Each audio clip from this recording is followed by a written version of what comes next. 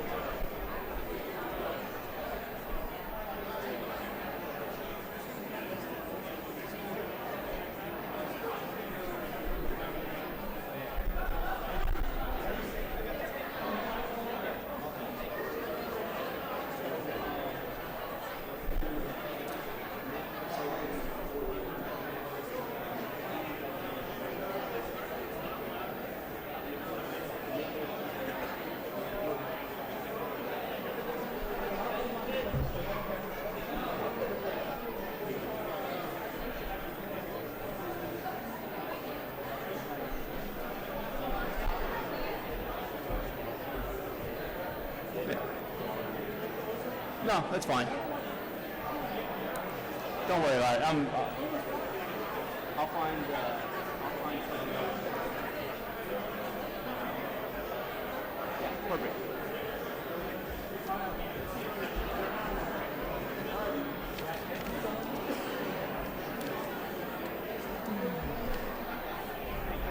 How's your battery on your phone? I got 51%.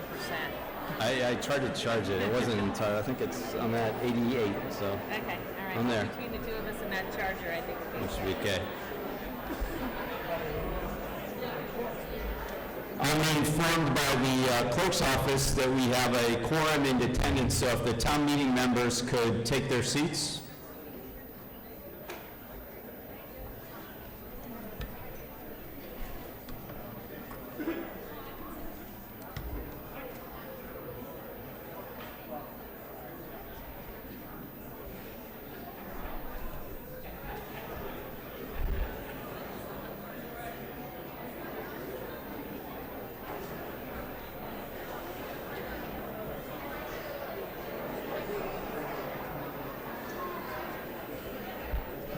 The meeting will come to order. The meeting will come to order. We'll begin our meeting as we always do by rising and reciting the Pledge of Allegiance. I pledge allegiance to the flag of the United States of America and to the republic for which it stands, one nation, under God, indivisible, with liberty and justice for all. Thank you very much. Welcome to the fourth night of the town meeting, where we have previously, in relatively anonymity, dispersed some $100 million for the budget, and tonight we'll move on to the remaining small pieces of business before us. A couple of local notes before we begin. On the international scale, this afternoon in England, the Chancellor of Oxford University announced that in the first time in the history of the university, since its inception in 1230, the school has chosen a woman to head the school. Her name is Louise Richardson, our former neighbor in Precinct 5. So.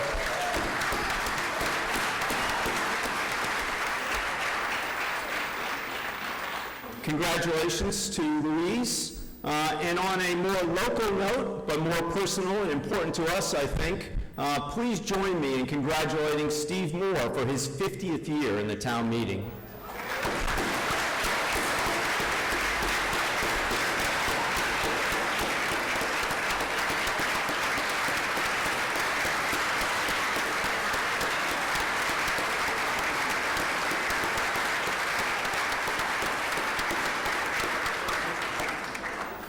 We have been well served by Mr. Moore's example, his courtesy, intelligence, and knowing when to speak and when not to speak, and hopefully he'll be a good model for us this evening. As a reminder to everyone, the town meeting is comprised of those elected members of the town meeting. During the course of the evening, we'll be taking votes. It's important that those people who are not members of the town meeting do not sit. I would ask those who are not members of the town meeting, unless you've made arrangements to speak in the front row, if you could please sit in the last two rows so that we make sure that we don't count anybody who is not a town meeting member, or we have room in the balcony. The town meeting procedures allow for residents of the town who are not town meeting members to address the town. They are not entitled to vote, but they are certainly entitled to address the meeting. Several have asked me for that opportunity, and I'll be happy to provide that opportunity. For those of you who are in the balcony who would like to speak, please come down to the first level at that time and simply ask for my attention. The town meeting, as a refresher for those who may not be familiar with our procedures, is governed by three things: the town charter, which provides for our establishment; the code of bylaws, which provides for our procedures and makes some small amendments; and in large part, Robert's Rules of Orders, which the bylaws provide will govern our conduct. That means, as in any parliamentary situation, we do not ask questions directly of people who are making presentations or address them directly. Questions are phrased and made through the moderator. In our debate, we strive to be substantive, not make personal remarks or personal attacks, obviously. It's not a place for ad hominem debate. It's simply a place where we seek to debate the issues. Tonight, in Article 31, we'll be addressing the proposed disposition by the selectmen of Right Lock Farm, an issue which first came to our attention in 2006. At the inception of my forgettable 36 months on the Board of Selectmen. It's been 9 years before us, and we are hopeful tonight that in one way or another we will reach some resolution. I think we're best when we're able to act and make a decision. One issue on the decision front that's come to the attention of the chair and was raised by the Rules Committee is that at the special town meeting that we had in April, we've had some debate on the synthetic turf field versus the regular grass field in phrasing the override questions. The questions that the selectmen have put before the town for vote on June 9th include a synthetic field, which is not consistent with the town meeting vote, but perfectly appropriate and consistent with the Massachusetts general laws and the bylaws and the charter of the town. If the vote is successful, however, it will require the selectmen to come back to the town meeting to seek an appropriation before any funds can be spent on a synthetic turf field. Small procedural point, but a point of order I know some people were confused by, and I wanted to clarify that. Town Council, Mr. Welch, has been diligent in providing us with the legal backup for that, and the Rules Committee addressed it and found no need to make a report at this time. So we will proceed, just to give you a little bit of context for the way in which I anticipate that the debate will proceed this evening. The proponents of Article 31, the main motion will be the selectmen. We will allow them to make their motion and their supporting remarks. We'll solicit input from the various town boards and committees that have asked for that opportunity. We will hear from the bidder that the selectmen have chosen. We will then entertain reports from on the Board of Selectmen. There's a minority view. We will hear from the proponent of that, Mr. Powers, and we will then proceed into our general debate. We should have plenty of time to do that. I think we have been the beneficiaries of a fair amount of time now and fully informed on the issue, so I anticipate that we'll be able to have a full and complete debate. In the context of that debate, I believe that discussion about the other offers that were made will be appropriate. I'm aware that there are a second and a third motion that people are prepared to make if the first motion is not successful. Just one word about those motions. Because this is a process which is conducted under Chapter 30B and a request for proposals and bids made by the selectmen, it's important, in fact necessary, that we not alter the bids that were made, so that when we're seeking to accept something, what we're going to be seeking to accept will be the bid in the form that has been made. We really don't have the authority, and it wouldn't be appropriate for us to alter or amend the proposals as they have been made at this time. We can obviously accept or reject them. With respect to the selectmen, if we endorse the selectmen's choice, that will go forward. If the town meeting were to make an alternate choice in terms of a motion, the meeting, while it can vote on that, does not have any legislative ability or any other ability to compel the selectmen to act in that regard. If there are procedural questions as we move on, I'll be happy to address those from the chair. All that being said, at this time we have one small item of remaining business on the budget side under Article 23, which was the article sought to appropriate sums of money to the Special Education Stabilization Fund, and under Article 23, which was brought by the school committee and continued until this time, it is moved and seconded that $35,000 is appropriated to the Special Education Stabilization Fund in accordance with Section 5B of Chapter 40 of the Massachusetts General Laws, and that to meet this appropriation, $35,000 be transferred from the fiscal year 2015 education budget account number 3110. That motion's been made and seconded. May we have a recommendation from the Finance Committee? Mr. Melkonian, the chair of the Finance Committee. The Finance Committee voted favorable action on this motion.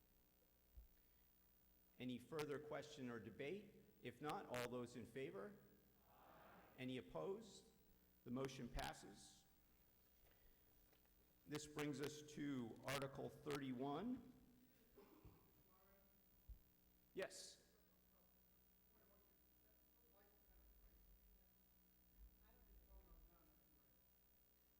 Great. Thank you.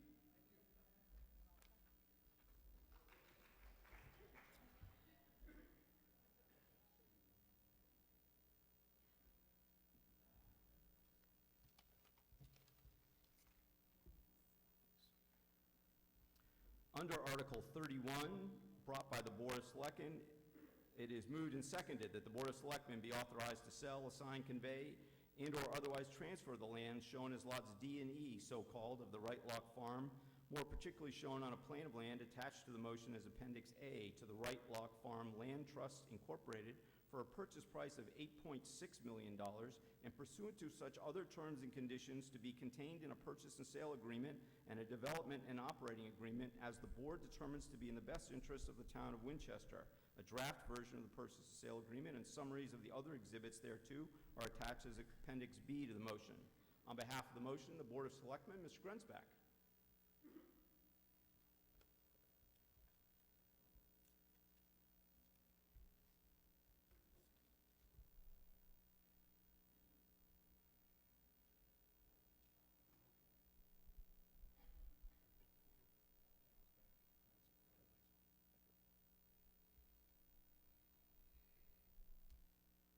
Mr. Moderator, ladies and gentlemen, before I start, I would note that the Girl Scouts are very happy to see us all tonight. Between the ice water now and the coffee later, they expect to cover their entire annual budget. The Board of Selectmen recommends favorable action on Article 31. We ask that you approve the sale of lots D and E to the Right Lock Land Trust for $8.6 million. To begin, 3 maps to orient you briefly. The Right Lock Farm property is outlined in red. North is up on this map. Ridge Street is to your right, and the Pepper Hill Drive is at the bottom. The property is divided into 4 lots. Lot D is the left half of the farm and the section across the top, areas that are shaded in brown. Lot E is the smaller rectangular lot in the upper right. It's the site of the now empty 82 Ridge Street ranch house. The town is proposing to sell lots D and E. Okay. The historic farmhouse and the barn are in Lot A, which fronts onto Ridge Street. The raspberry patch and the pond are in Lot C. Lots A and C are not for sale tonight. The town is retaining those. In the RFP, there is frequent reference to a Lot E extended. The RFP required bidders to include a good faith offer to sell or lease Lot E extended to the Right Lock Farm Conservancy. The purpose is in large part to accommodate safer off-street parking for the Conservancy events. Lot E extended is made up of Lot E, which is shown as hashed with red lines in this diagram, and a triangular extension, which is shown as hashed in purple lines to the left of that. The total acreage of Lot E extended is just a little over 1 acre. Farm property is quite hilly. Lot D especially is a rocky wooded area with steep slopes, making it costly and difficult to develop. In 2013, we commissioned a study to look at possible development layouts and building densities. Our consultant, Harry Dodson, an independent land use and development planner, identified 4 workable development zones within lots D and E. He recommended that development be concentrated in lots 1, 2, and 3. He recommended further that zone 4, which is the rocky hilltop area, be left open and undeveloped if possible. With modifications, his recommendations were carried forward into the RFP, and the RFP also spells out in some detailed tables the number of housing units considered advantageous and acceptable within each zone. Most in this room are very familiar with the history of this project, this property. In 2006, Avalon Bay, a national developer, offered the Hamilton family $13.6 million for the whole property. The town bought the land from the Hamiltons in 2007 to prevent Avalon Bay from constructing 260 apartments on the site. The town subsequently bought Lot E from Mrs. Hamilton's estate for $500,000. After a bid process and town meeting approval, the town sold lots D and E to Abbott Development, which committed to build 62 units, 14 townhouses in Zone 1, and 48 flats in 4 apartment buildings that were stretched across Zones 2 and 3. The town approved Abbott's building permits in 2009. However, Abbott defaulted in 2010. The town then rebid the Abbott plans, the permitted Abbott plans, the next year, but none of the bids were financially attractive. The buyers were looking for fire sales at the bottom of the recession. Our current status. Our current outstanding debt from the purchase of the property is approximately $12 million. The original 14.1 was reduced using $1.6 million in deposits that Abbott forfeited, and an initial down payment by the town. We are currently financing the $12 million debt using short-term bond anticipation notes. The current interest rates on those notes are very low. Our annual carrying costs have dropped from about $500,000 in 2008 to about $26,000 this year. However, those carrying costs are adding up. By this summer, we will have spent almost $1.1 million in interest and fees while we have debated what to do with this land. If town meeting approves the sale to the land trust this evening, the town will pay off much of the $12 million debt this summer and bond the remaining balance. We hope to do this while the longer-term bond rates are still quite low.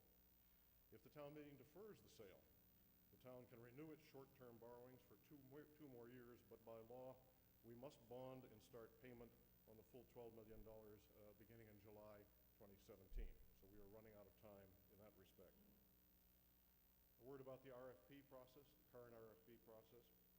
State law, as the moderator mentioned, requires that we follow an open bid process when we sell town land. We have done so. Formal drafting of the RFP started in March 2013. We held the first public information session that June. In 2014, we went through multiple redrafts, I think approaching 20, several more information sessions, and finally a public hearing and a bid advertisement in the late fall. We opened the bids in early January 2015, invited all the bidders in to make presentations, considered the committee reviews and consultant evaluations, and earlier this month asked for best and final offers from the bidders. Our objectives in issuing the RFP were as follows.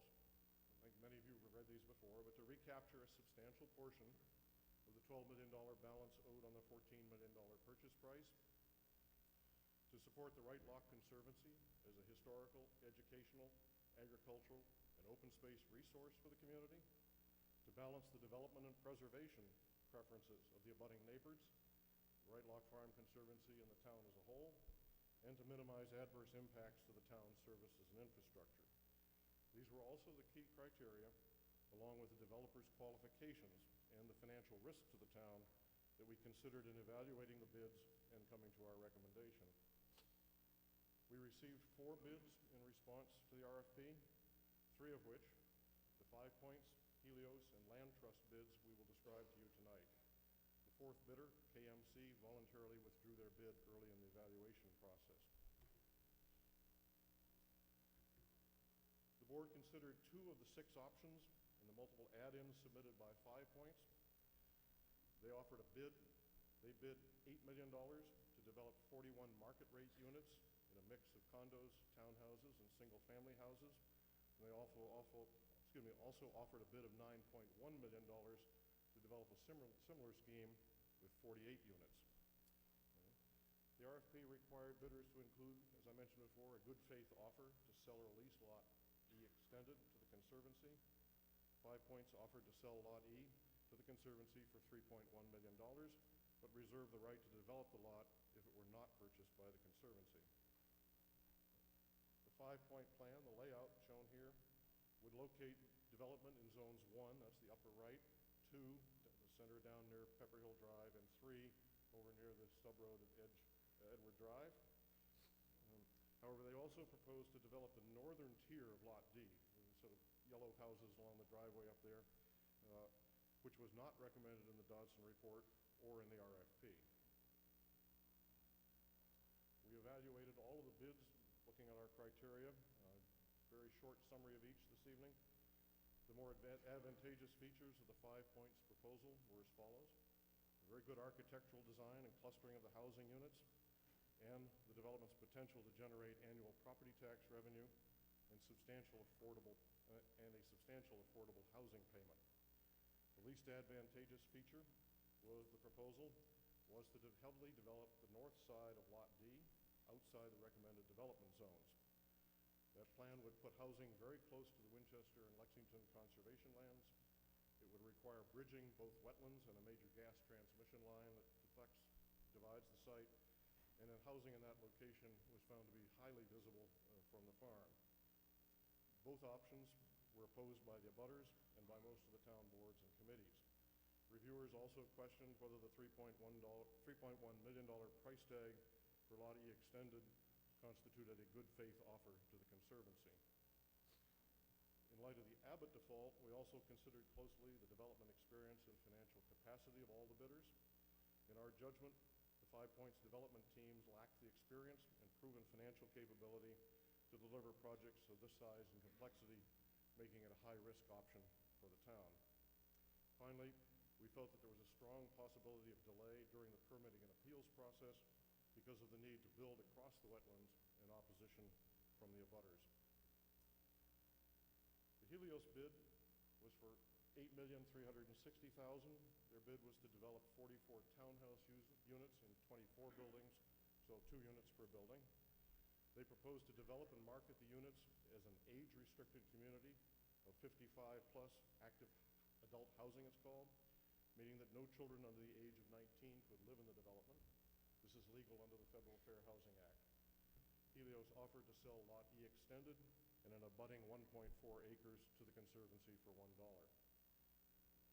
The Helios plan, shown in this layout, locates 5 buildings in Zone 1 near the High Street extension in the upper right corner as you look at it, 5 buildings in Zone 2 at the bottom near Pepper Hill Drive, and the balance on the hilltop in Zone 4. Mr. Grinsback, your time has expired. Would you like more time? Yes, sir. 5 minutes, sir. It's moved and seconded the speaker's time be extended for 5 minutes. All those in favor? Any opposed? Please proceed. Thanks, sir. The Helios proposal was judged advantageous because it meets the market demand for empty nester housing, generates annual property tax revenue and a substantial housing payment, and places no demand on schools and a modest demand on other town services. The team was judged to have the appropriate development experience and financial capacity to pull off the job. The proposal was scored as less advantageous because it would place the 24 units in 12 buildings on the hilltop, which would require construction of both the buildings, the roadway, and utilities, and that would require substantial blasting. The buildings, again, would be very highly visible from the farm, and because it was visually intrusive, the plan was again opposed strongly by abutters, town boards, and committees. And as with the 5 Points options, we concluded there was a strong possibility of delay during the permitting and appeals process because of the need for blasting and opposition from the neighbors. Finally, the Land Trust, key features. The Land Trust offered $8.6 million to maintain most of the property as open space. They would grant a conservation restriction to the town, permanently protecting the land for public use, and develop 2 to 3 single-family homes on about 1.5 acres in Zone 3, which is down near Edwards Drive. Of the $8.6 million, the terms would be to pay $8.2 within 60 days of town meeting approval, if that were tonight. The balance of $400,000 would be paid upon the construction and sale of the homes, estimated to take about 2 years. The Land Trust offered to lease Lot E extended and an adjacent parcel to the Conservancy for $1 a year throughout the Conservancy's 30-year lease with the town. The Land Trust plan shown here, you can read it at that distance, shows the Lot E extended and the adjacent parcel in the upper right and the approximate locations of the housing lots, 2 housing lots near Edward Drive in the lower right corner. In our evaluation, we saw the positives of this one as the fact that it secured a special historical, education, and public open space resource for Winchester and the region, places little demand on schools and other town services, is strongly supported by abutters, town boards, committees, and many Winchester residents, and was judged to have the lowest financial risk to the town. However, compared to the larger development proposals, it will generate less recurring property tax revenue and make only a modest contribution to the town's affordable housing fund. The board assessed each proposal against the detailed selection criteria in the RFP. This slide provides a snapshot summary of our overall evaluation of the proposals. Based on our 2.5 years of study, discussion, and debate, occasionally noisy and impassioned, but quite thorough, the board recommends that the town meeting approve the sale of lots D and E to the Land Trust. You will hear 2 counter-arguments to the board's recommendation tonight. The first, that we have already saved the farm, that the farm doesn't need any more land. Perhaps, but if you preserve the infield at Fenway Park and fully develop the outfield, would you say that you had saved Fenway Park? And I the question to pose to town meeting is, are we saving the historic Right Lock Farm if we wall it around with suburban condos?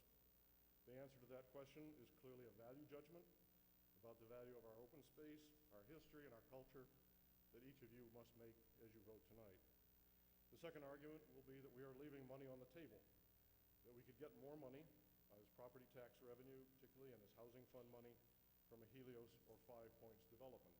Again, perhaps so, but we have been chasing the pot of gold at the end of this rainbow for almost 10 years now. Okay?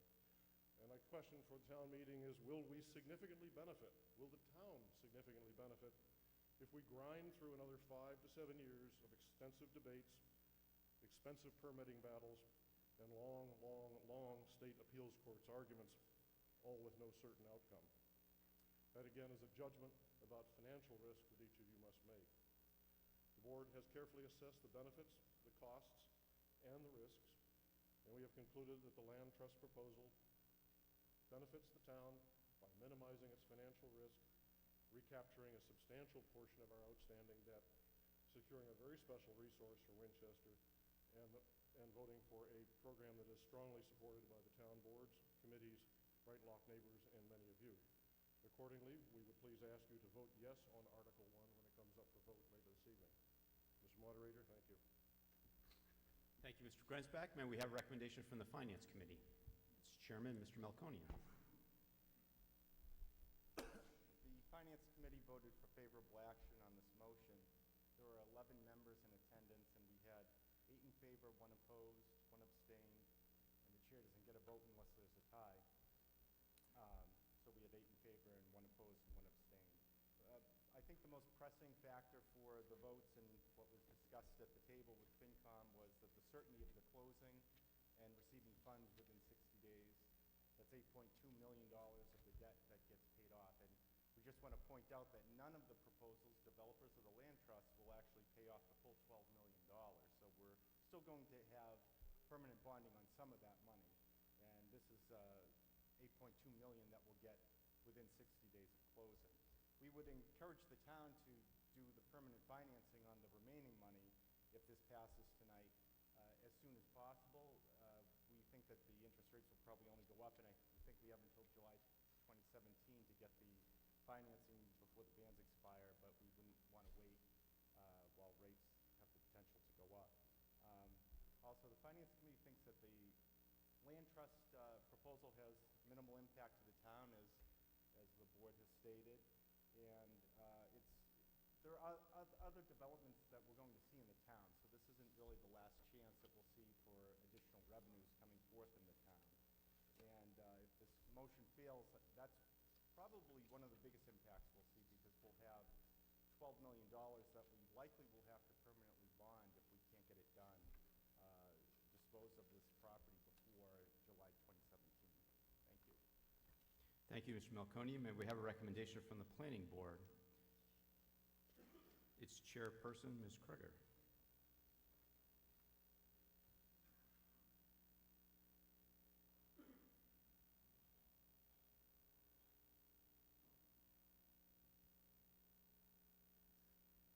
No slides this time. Just keep your ears open here. Well, I'm here to present the planning board report. Sorry. Okay. Is that it? Yes, that's it. I can hear the reverb. Okay. Well, when the Board of Selectmen requested that various boards and committees initially respond to the options of the 4 original proposals received, the planning board responded. And since then, of course, the KMC bid dropped out. So what we're going to be talking about here is on those 3 remaining proposals. The planning board took into account the following considerations for the course of our review. It included purchase price, conservancy role, a development plan including uses, number of units, and architectural design. Also, we looked at municipal impacts, the team's qualifications, and implementation and risk. The board also considered the report of the Hamilton Farm, now the Right Lock Farm, Master Planning Committee, which was accepted by the fall 2007 Fall Town Meeting. The Planning Board reviewed all the proposals and arrived at the conclusion that the bid made by the Right Lock Farm Land Trust best met all of those criteria. The planning board found the bid by High Points Homestead to be unacceptable due to the density of the development proposed relative to the offering price, and additionally, the extreme proximity to the conservation land, which concerned us. Because, of course, for those of you who are not aware, the conservation land that we have here in Winchester hooks up very directly to conservation land in Lexington as well. So it's really a broader aspect there. We found the Helios proposal to be more acceptable, but the board felt that the proposal was deficient in that its principal siting was on the large knoll directly on the back of the property. That would require significant blasting for construction and would certainly visually loom over the farmstead. It would likely also require some rezoning and would no doubt be appealed. In the planning board's analysis, several bids met various qualifications in terms of team qualification and purchase price, but only one was deemed to be acceptable in all categories but for one, and this is looking at our March review. And that was the Right Lock Farm Land Trust, which at the time was lacking only in the purchase price component. Well, since that time, all bids have been revised somewhat, and certainly in the land trust offer has come in at $8.6 million, which is certainly a competitive bid by anybody's estimation. In view of this, the planning board agrees with the majority of the Board of Selectmen that the Right Lock Farm Land Trust bid is the most acceptable in that it eliminates the need for any future zoning amendments, expecting the closing of the agreement and the recovery of the majority of Winchester's initial investment in the property. In short, the town will effectively be able to provide for the citizens of Winchester access to approximately 20 acres of property for a net outlay of approximately $3.8 million. And at the same time, it eliminates both development and financial risk. And certainly, we've had a lot of experience with that heretofore. From a planning perspective, what has changed since the development of the ARCDOD zoning in 2008? Well, first and foremost would be the overwhelming success of the Right Lock Farm Conservancy. A land conservancy to oversee the farm was called for in the Hamilton Farm Master Planning Report in 2007. Of course, now the Right Lock Farm, in keeping with its historic character, along with a vision of open space and passive recreation, noting that the development should not impinge on the farm's operations. The committee hoped at that point that an arrangement would operate successfully, but we did not know at that time how time would treat such an arrangement. Since commencement of operations in 2009, the Right Lock Farm Conservancy has developed programming and products which are available to all members of the Winchester community. It has more than fulfilled its mission of a place for passive recreation and farming. It even includes a significant educational element as well. The board views this vote as being a real generational issue. You know, as we look at our town forefathers and we praise them for purchasing the land in the Middlesex Fells over 100 years ago, creating the wilderness resource that many of us use almost every day, it is our generation's responsibility to make that purchase, allow that purchase, that will ensure that Right Lock Farm continues to provide those benefits of its pastoral past to Winchester's citizens. Thank you. Thank you, Ms. Kreger. May we have a recommendation from the Conservation Commission? Mr. Parkhurst.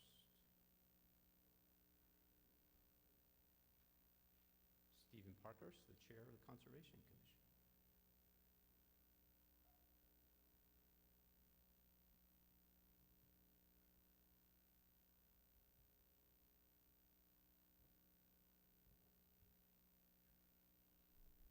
Mr. Moderator, 10 town meeting members, it's probably been 5 years since I've been here, and I must say, looking out, I don't see that things have changed very much.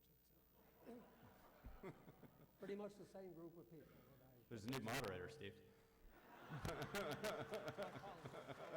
Very good. Okay, the Conservation Commission did vote unanimously to recommend that the land trust bid be accepted. I think if you had a Conservation Commission who did not vote that way, you should replace the commission. But we did. And Because, ladies and gentlemen, this is a unique property. How could we put up for development something that's been open space since the 1600s? I mean, I could not, in conscience, vote to do that, and I hope you would not either. You go up in that land and that knoll, you'd think you were in New Hampshire or Vermont, actually. You'd never think you were in the suburban town of Winchester. And believe me, to put 40 to 50 units up there would ruin the view. It really would. It would just demolish it for all intents and purposes.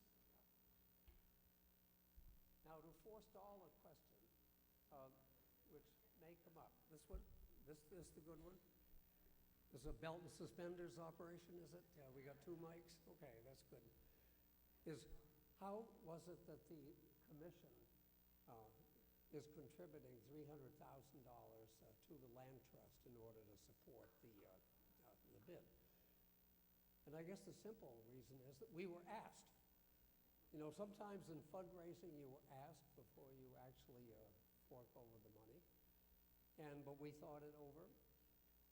We could not think of a better use of our money if it made the difference in the land trust proposal being accepted or not.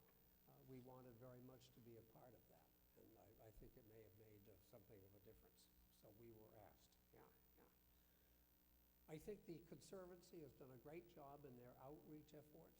If you think back to 7 years ago when we had the raspberry patch and that was it, and you think of all the programs that they have initiated over the 7 years, they are to be complimented in that and supported by the purchase of the remainder of the farm.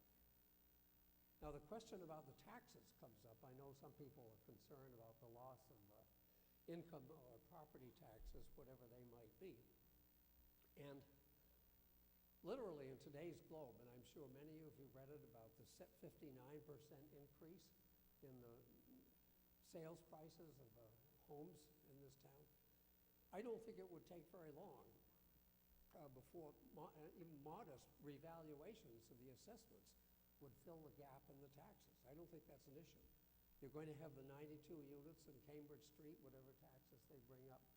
So I think the purported shortfall will disappear, and it should be a non-issue as far as this is concerned. I think the last point I'd make, I would certainly hope this did not go to another RFP. I think the bidders we would have would be minimal.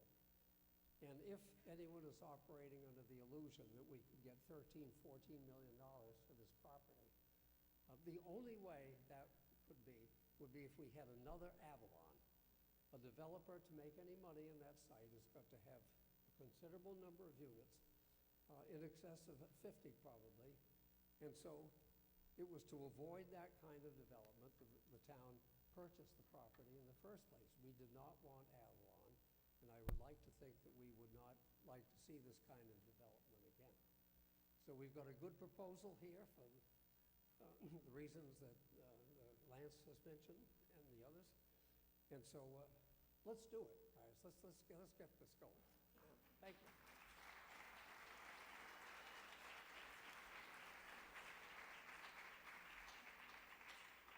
Thank you, Mr. Parkhurst. I would remind the meeting of our aspirations that we expressed at the last meeting, and that was that we would try to curtail our applause between individual remarks so as to speed our deliberations.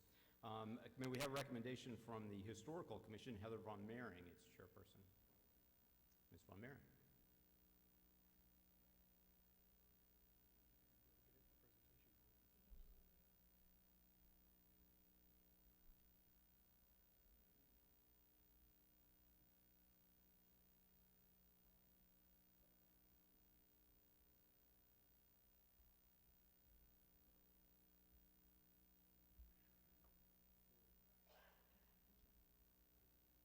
Thank you, Mr. Moderator, and town meeting members. I come before you as the chair of the Historical Commission, not the Hysterical Commission, but the Historical Commission. Our mission is the preservation, protection, and development of our historical assets for future generations. So to begin, since we are the Historical Commission, let's talk history. Let's start with the date. The farm is dated to 1638. To put the year into historical perspective, the Pilgrims landed in 1620. It It is only 17 years after the Mayflower landed that this property was dated. Massachusetts became a state in 1788, 150 years after 1638. It is a rarity to have such prominent history before a town meeting. To further illustrate, the farm is the longest continually operated farm known to us in the United States. The town of Winchester is the fourth family to own the property in the 377 years of its known existence. It was at one point 182 acres. It now currently sits with 20.1 acres. 161.9 acres of this farm have been sold for development and contributes to the statistics that 2 million acres of farmland have been taken out of production since World War II. Winchester had 14 farms. This is the last one. The property has historical significance to Canada and its government, since one of the Wright-Locks left this property and became a founder of the Canada-Ottawa region, Paul. Canada provided the owners a plaque in 1980 that is on display on the property, and the Canadian Consulate in Boston and the Heritage Canada has been including communication regarding this property throughout the years. Wright-Lock Farm has international significance. Furthermore, it is one of the original properties in Winchester to be placed on the state and national registers of historic places in 1983. In March 2004, the Planning Board called out specifically that the Wright-Lock Farm as a property should plan and we should prepare and plan to preserve Winchester's heritage of this farm. In 2006, Preservation Massachusetts listed this property as the on the top 10 list of the most endangered resources in Massachusetts. Not coincidentally, in 2006, the same year is also marked the year that the Pansy Patch was sold across from Mahoney's. During all this time, Wright-Lock Farm was privately owned. It was not until February 2007 that town meeting had an opportunity to act. In February 2007, town meeting voted 151 to 1 to authorize the Board of Selectmen to purchase the Wright-Lock Farm for historic, conservation, and/or development and other general municipal purposes. Town meeting voted on Article 2 that evening to authorize the Board of Selectmen to sell a portion of the farm and include options and as identified in the request for proposal for proposed disposition of town-owned properties at Hamilton Farm. In this document that town meeting tied to their vote, it stated that any development of the development site shall provide for recovery of a portion of the proposed $13.5 million initial acquisition cost for the 78 Ridge Street parcel, the preservation of historic structures, the preservation of the maximum acreage possible as permanent conservation land. For preservation to have merit, it needs to be a benefit, it needs to contribute to the quality of life, and it needs to be productive. The Winchester Historical Commission, and I think it is fair to say that the 3,000 donors who have donated, believe that the Conservancy has provided merit and a reason for why there is change. We learn from the past to better the future. We have seen Wright-Lock Farm used by towns, cities, the Metropolitan Area Planning Council, and legal and law schools as a case study of what should have been done in the aftermath of other towns and cities' losses. This is a legacy moment. The Conservancy's work and the Trust offer has brought history back to life. I commend the Conservancy for the gift of a successful and vibrant working farm and the Trust for the proposal we have before us. The farm dates to 17 years before Plymouth Rock, 17 years after Plymouth Rock, and it is inappropriate to treat a farm with such merit as a residential lot that should be heavily subdivided. It is a nationally historical site, and the entire land conveys aspects of our shared agricultural history that forge Winchester, Massachusetts, Canada's, and our nation's identity.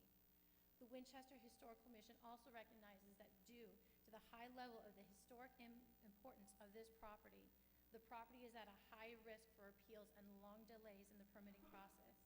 Ms. It Von is- Mering, your time has expired. Would you like more time? 30 seconds. Please complete your remarks. It is time to draw the line and recognize that we have a responsibility and a gift before us that will provide a substantial, non-quantifiable value for the future. Please, the Historical Commission asks that you take the time and you define if you want to own history. Thank you. Thank you very much. The Board of Assessors is asked to address the meeting. Mr. Arrico from the Board of Assessors is with us this evening. David Arrico, member of the Board of Assessors. Mr. Arrico. Thank you, Mr. Moderator. My name is David Arrico, and wow, all of these boards and committees in favor of this. Unfortunately, I think the assessors are going to be going on the manure list of the farm folks. The first thing that sitting here, it wasn't even in what I was going to say, but what's really curious to me is that we have land in Winchester, probably the most desired development community in the Commonwealth. And we're at the highest point right now in the real estate market, land values, home values. And as I was sitting there, it just hit me, we had three people bid, and one group drops out. That's, to me, that's strange. Curious why there wasn't 10 or 20 qualified developers looking at this site. But anyways, the Board of Assessors are unanimously opposed to the motion to sell the land to the Land Trust for the following reasons. Number one, we need more revenue in Winchester. The alternative option to sell a portion of the land for a responsible development creates a much-needed revenue boost to the town. Winchester is essentially built out. Having an opportunity to raise millions of dollars in additional revenues is an opportunity that should not be squandered. The overall financial difference between the sale options are just too great for any governing body to ignore.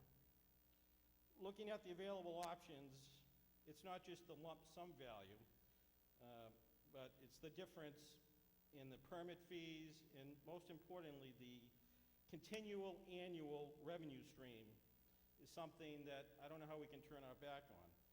This town's constantly in need of money. We have override after override. And when I look out at town meeting, I say, you guys represent 7,000 taxpayers. And every year, not every year, but we continually ask for more money through overrides. And if I'm a taxpayer, I say, how can they ask for more money when they've just turned their back on millions of dollars? Number two, on that same theme, fairness to all taxpayers. Our role as assessors is to be fair and equitable to all taxpayers. And we have more than 7,000 taxpayers in the town. The Board of Assessors do not believe that selling the land to the farm is fair to the vast majority of taxpayers. We can't forget we have many seniors living in town on a fixed income and others that just can't afford to pay higher taxes. It's not fair to a family of four trying to make ends meet for us to subsidize this group to the tune of millions of dollars. The farm has already received great compassion and value from the town. The farm has been saved. The farm is not going away. The town has already given 7.6 acres of prime Winchester land to the farm. The assessors value that gifted 7.6 acres years ago at least $10 million. That was prime developable land. The land in the back is not as great, and we're still looking at potential values of greater than $10 million. The assessors asked, with regard to the disposition of Wright Lock Farm, why can't there be a mutual benefit to the farm folks and to the vast majority of Winchester taxpayers? And lastly, I wanted to leave you with one financial note, which is, because of Prop 2.5, each year the town of Winchester can raise anywhere from $1.6 million to the low $2 million range. That's not much when you look at our overall budget, and that's why we have so many override requests. This one development alone, this opportunity, can create, if you look at different options, around $500,000 a year. That's anywhere from 25 to 30% of our growth options each year. That's a huge percentage that we're walking away from. The assessors respectfully ask that you consider to indefinitely postpone the main motion to sell the entire parcel to the Land Trust. Thank you for your consideration. Thank you, Mr. Rico. May we have a recommendation from the Winchester Housing Partnership Board, John Serbier, its chairperson, Mr. Serbier.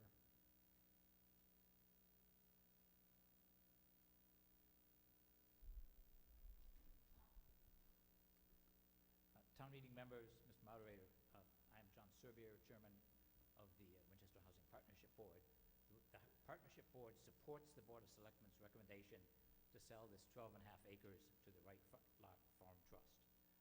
As reflected in the written comments we provided on the submitted proposals, the Housing Partnership Board has been very sensitive throughout this process to the trade-offs existing between development and preserving open space. Given the history of multiple past developments in town, we also have been very sensitive to the issue of risk. When the RFP was issued, we thought that there would be more interest on the part of the development community in building a limited number of moderately priced homes in a cottage-style design that would fit into the land. A housing development that would satisfy the criterion defined in the RFP as being highly advantageous. Unfortunately, that did not turn out to be the case. As a result, we agree with the Selectmen's recommendation that it is preferable to preserve the land as open space rather than building either 44 or 48 housing units, many of which could be located on the knoll overlooking the existing farm. I also want to point out that preserving open space has economic value as well as environmental and social value to the town. Open space is a necessary complement to a residential area and helps to attract people to choose Winchester as a place to live, thereby strengthening the town's economic base. A number of studies on the economic value of open space have been done. An examination of 11 communities in Connecticut, Rhode Island, and Massachusetts found that the ratio of expenses to revenue was 0.42 for open space compared to $1.14 for residential development. A separate study found that there was a $4 return for every $1 invested in open space. In summary, the Housing Partnership Board recommends a vote in favor of selling the land to the Land Trust. Thank you very much, Mr. Serbier. On behalf of the bidder chosen by the Board of Selectmen, the Right Lock Farm Land Trust, Inc., Mr. Howley, Thomas Howley.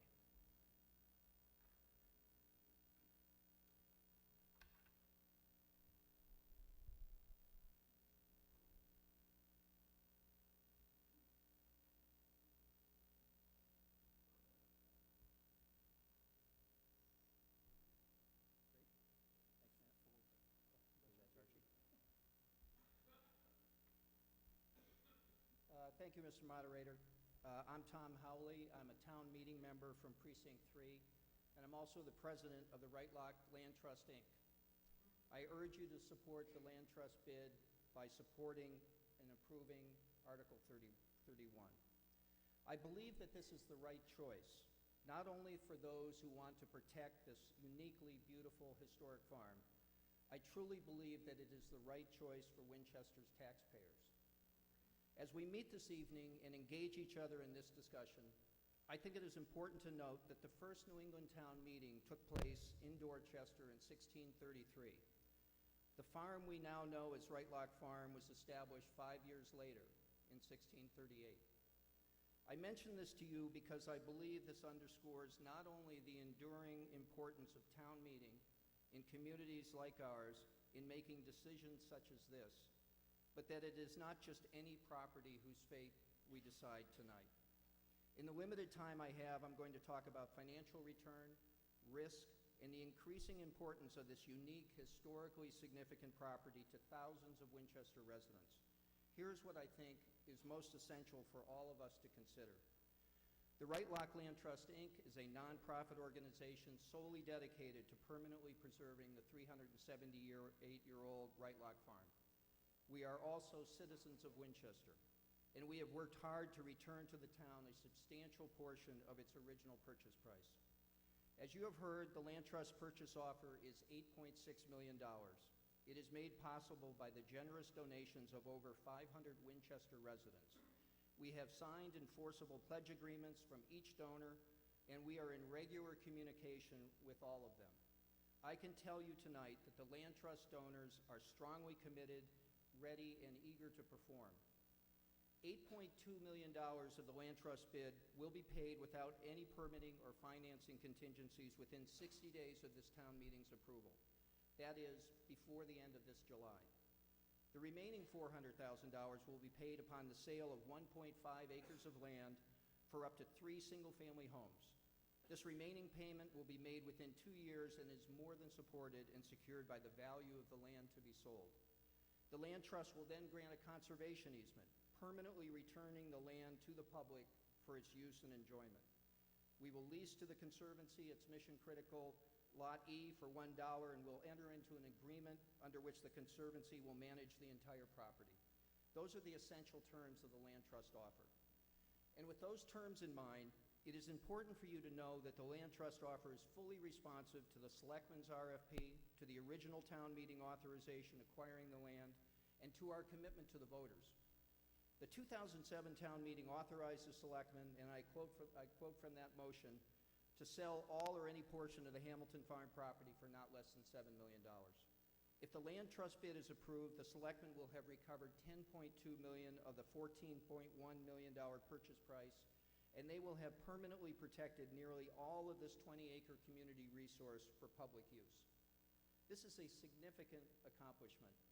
It has received the endorsement of every reviewing town board and commission. I believe the Selectmen are owed our appreciation for this difficult task of successfully balancing the financial interests of the town with the interests of the abutters and those who want to preserve this historic resource for the public's use. It has not been an easy undertaking, and I think if we unravel this tonight, we do so at great risk to the taxpayers and to our community. Which brings me to risk.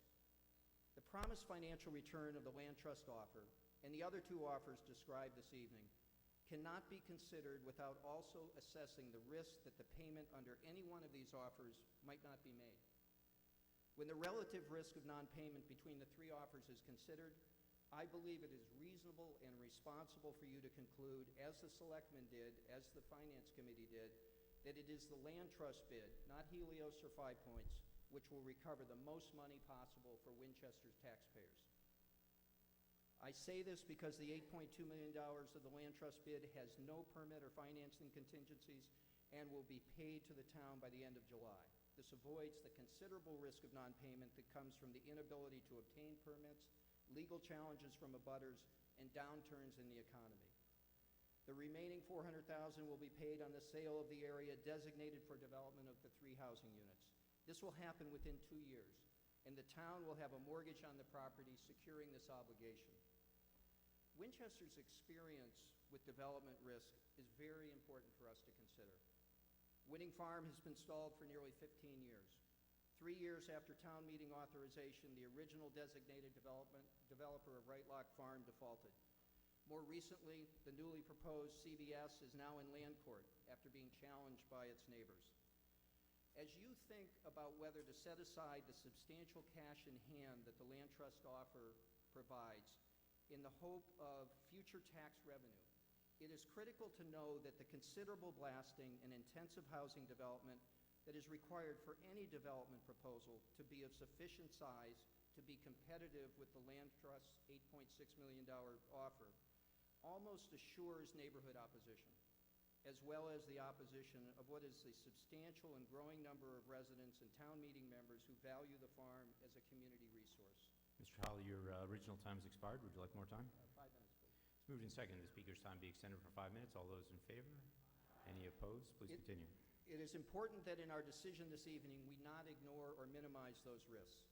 And if rather than choose the substantial payment of the land trust bid, we choose to have the selectmen issue what would be a fourth request for proposal, we must also consider how much interest by qualified developers there is likely to be.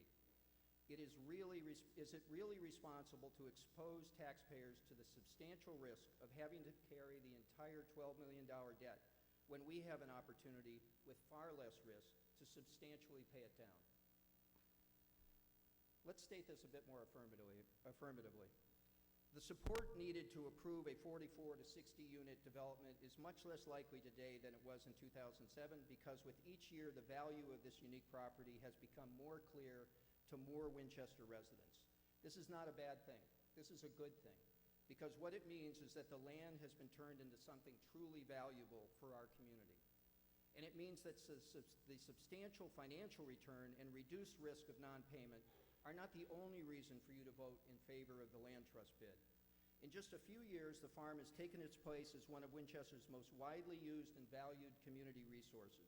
In 2014 alone, over 1,200 children enrolled in the farm's education programs and hundreds of families took advantage of the farm for a variety of free events. This year's spring and summer programs are already approaching full capacity. Over 500 residents have funded the land trust bid, and over the past few years, there have been over 2,700 donations in support of the farm. Donations received from every neighborhood in Winchester. Donations from people who care about this property, now used by thousands of Winchester residents. It is important for us to recognize the reality of this broad and growing community support. It is also worth noting that the land trust offer is in all likelihood the largest privately funded donation for a public purpose in the town's history. In the end, under the land trust offer, the town will have paid $3.4 million for 20 acres of what the Selectmen's land planning consultant described as one of the most beautiful, unique, and historic properties he has ever seen. So what is the future we want to choose tonight? Must we choose between housing growth and open space, between strengthening our tax base and preserving this beautiful, historically significant community gathering place? If we choose the certainty of recovering a substantial portion of the purchase price, are we choosing to forego future tax revenues and the growth of our tax base? Are those our choices? Or is a different future possible, a more balanced approach that is a responsible choice for us to make tonight? In the past few weeks, the Selectmen have learned that a 95-unit affordable housing project will be built on Cambridge Street that is likely to generate, before the cost of municipal and school services, between $425,000 and $485,000 each year in new tax revenue, somewhat more than what is estimated for Helios. Earlier this month, we overwhelmingly approved changes to the town center zoning that over time will make possible well over 100 units of new housing that also will grow the town's tax base. And older homes will continue to be torn down, house lots will continue to be subdivided, and additional homes will continue to be built. As this new housing and tax revenue is created in our near fully built-out community, it is not only possible, but arguably even more important to save the open space that is Right Lock Farm. We have the opportunity to choose a future that will include new housing, tax growth, and this beautiful, historic open space our fully built-out community will need and value. I want to close by saying something else I truly believe. There will not be a better time for town meeting to act. I do not question the motives of those who oppose this action and will seek to delay our decision. I have great respect for them. But if we choose delay and stalemate over resolution, I believe it will come at a great cost to Winchester's taxpayers and to our entire community. The best solution is before us tonight. Recovering 10.2 of the $14.1 million purchase price while permanently returning this unique, historically significant land to current and future generations of Winchester residents is a successful conclusion to this 9-year-long journey that we have all been on. And we can be proud of this outcome.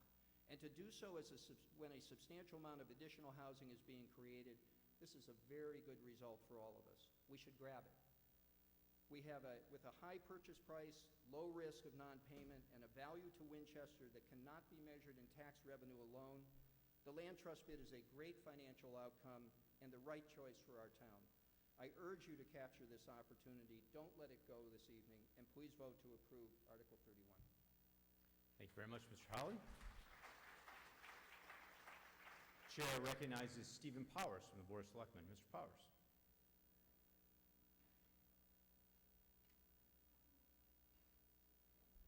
Thank you very much, town meeting members.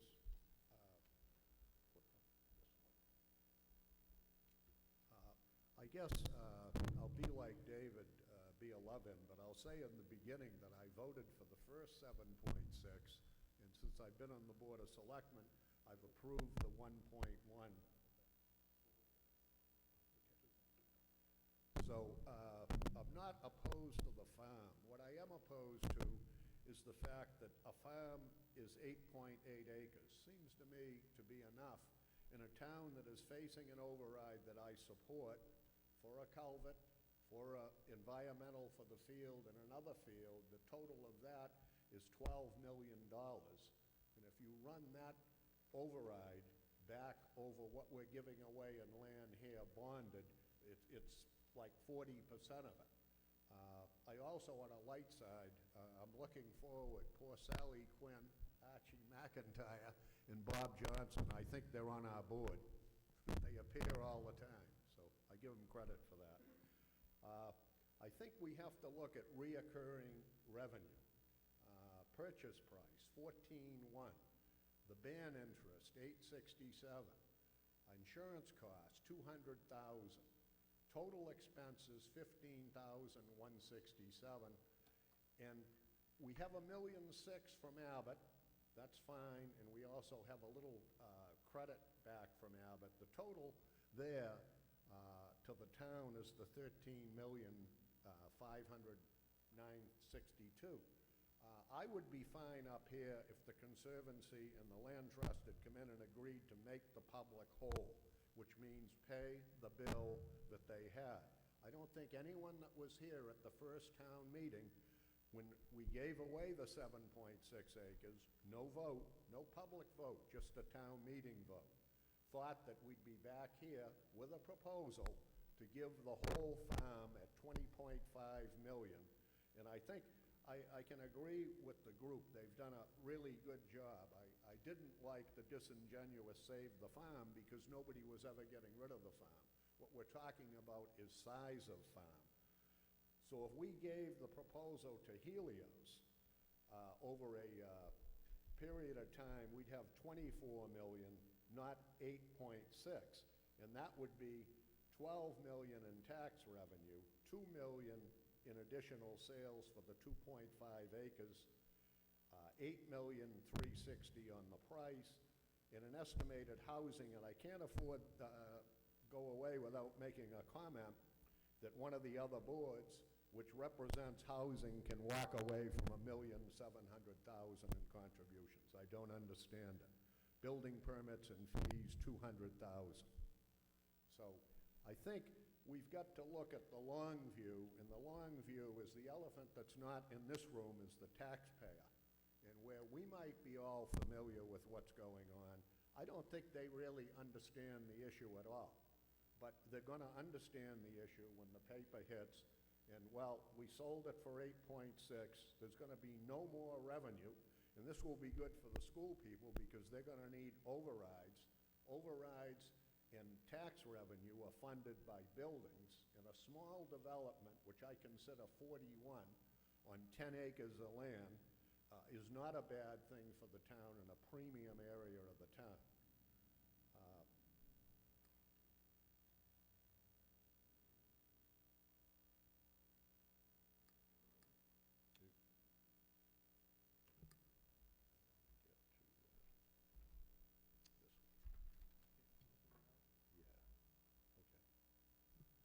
Okay, to review something else, the request for proposals. Somebody's mentioned this is the best deal we're going to get. There's two things I'm hearing.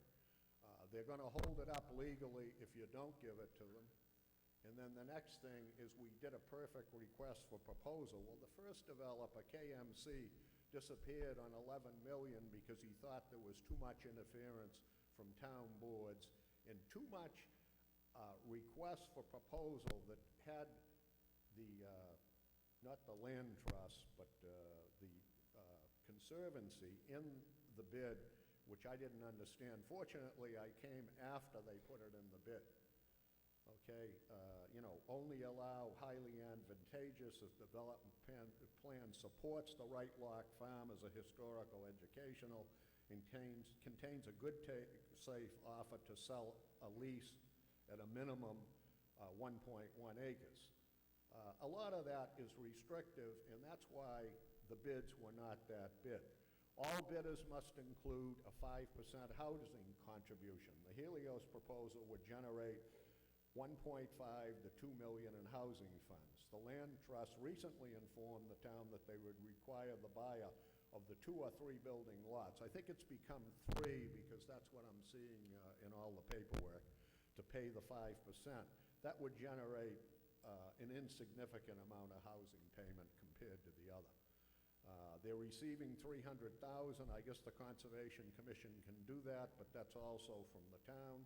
And the $400,000 in the proposal is probably not doable for a couple of years. I think Mr. Howley indicated that that's probably true. So my reasons that I don't like it, we're not recovering the full amount. The taxpayers are short $13.5 million because of the expenses that are accrued since the beginning. The uncertainty of the $400,000 payment, no reoccurring revenue, which is a big thing, the overly restrictive RFP skewed in favor of the Conservancy. If we perchance sold it to the Conservancy, at the least we should be lessening the amount they get, because on the math that I do, they're only buying the 10 acres because the others were already committed. So that's the way I see that. So, Mr. Powers, your original time has expired. Would you like more time? 2 minutes, sir. It's moved and seconded. The speaker's time be extended for 2 minutes. All those in favor? Any opposed? Please continue. Okay, so my feeling is if a decision's to be made to sell it to the Conservancy, the Board of Selectmen should be requested to issue a new RFP for fewer acres to be sold to the Land Trust. If that's what they want to do, then the balance of the land be sold to the town to recoup the taxpayers' money. Or that the Land Trust Conservancy take over the town's debt service payments, holding the Winchester taxpayers harmless. I guess at this time, I'd make a motion to indefinitely postpone, put forward a motion to sell the property to Helios based on the revenue, and the Conservancy then would receive the 2.5 acres of land. Mr. Powers, do I understand that you've made a motion for indefinite postponement? Yes, sir. Thank you. So Mr. Powers, who had the floor, has made a motion for indefinite postponement, a procedural motion. If the motion succeeds, it will kill off the motion, and we will be unable to proceed with this motion in this town meeting.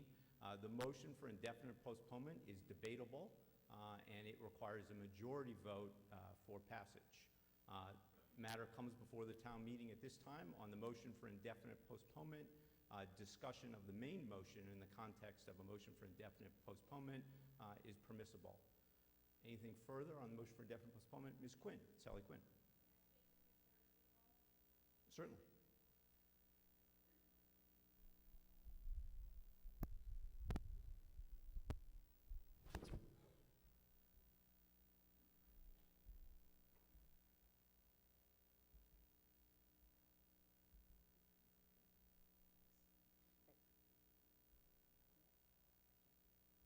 Good evening, I'm Sally Quinn. I'm not going to be fooled by this. I'm Sally Quinn. I'm a Precinct 4 town meeting member, and I am president of the Right Lock Farm Conservancy. I hope you all got a chance to look at the colorful handout that we mailed you. If you didn't, there are some out on the table outside. We run a sustainable business at Right Lock Farm, and we plan to be around for a long time. We've actually been around a really long time already. $8.6 million is an astounding figure to raise, and we are indeed fortunate to have this kind of support. What these 500 donors, all from Winchester, are offering us is a gift. What they get in return is the satisfaction that they have left a lasting mark on our town. I do not believe there's been a fundraising effort like this in the history of Winchester. So how does our business operate?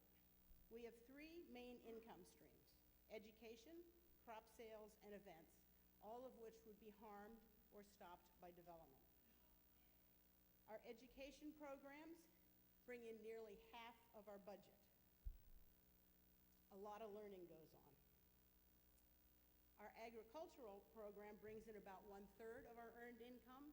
It includes our farmers market sales, our CSA sales, our raspberry sales, the sale of our farm fresh eggs, our bees and their delicious honey, and our meat sales. Events is our third revenue stream. We rent the barn and grounds out for private and public events. This brings in about 20% of our earned income. For capital expenses, we turn to donations.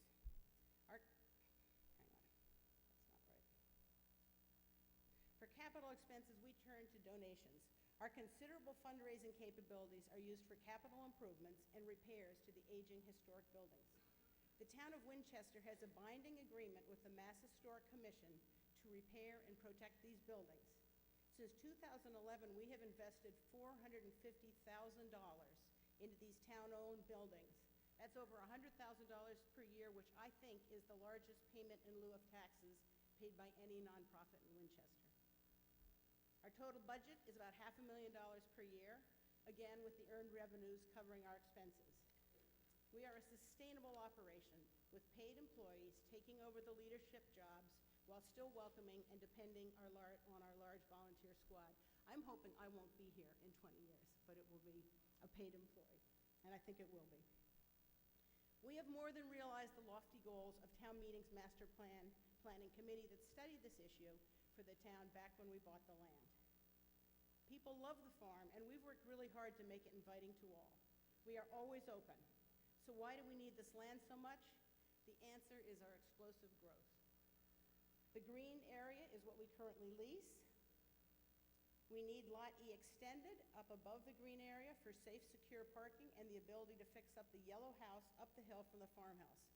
Fixing that house up would allow us to run a year-round program, which would greatly affect our bottom line. We need the rest of the 12.5 acres for revitalization of the old orchards, more growing fields, and grazing land. And of course, we want to preserve our walking trails. But important to our sustainability, the three income streams I just described would suffer or would disappear without the 12.5 acres that surround the farm. Farm education will suffer. Our curriculum is based on a rural model. Every child's program includes a day hiking into the conservation lands on our flanks, where they discover different environments. With the sale to a developer of 12.5 acres, we would lose much, if not all, of the parking that the town has let us use. Parking would be limited or non-existent and certainly not safe. I have to ask you if you would drop a child off for a 3-hour program, which would include unloading across Ridge and Lockland Road, hauling your children through the traffic only to return in 3 hours to do it all again. And forget our large events. Our crop sales could not increase as we are planted out, and we would not be able to expand. Currently, the town lets us graze our animals on the 12.5 acres for sale. That would be curtailed, and so would our 4-legged animal programs. There goes meat sales, and even more importantly, a big draw from our programs, the animals. It's all about the animals with the kids. Event rental will be hit hard. This view could be of 24 housing units. People come to Wright Lock for the rural feel of the farm. The sense of space so near to Boston is what people want when they plan an event at Wright Lock Farm. What we're talking about tonight is vision. When we received our 30-year lease in 2011, it had a transformative impact on our operations. We became a real farm with a vigorous education program. To make the next step into year-round programming, safe parking, and expansion in all areas, we need to access the rest of the farm. We've been at this since 2007 when we bought the land. Tonight, let's accept this wonderful gift of a 350-year-old farm from the 500 Winchester residents who have a vision for the future and have backed it up with their very generous donations. The market has spoken, and the time is now. I'll just leave you with this quote from Harry Dodson, who is the town's development consultant. Thank you very much. Thank you, Ms. Quinn.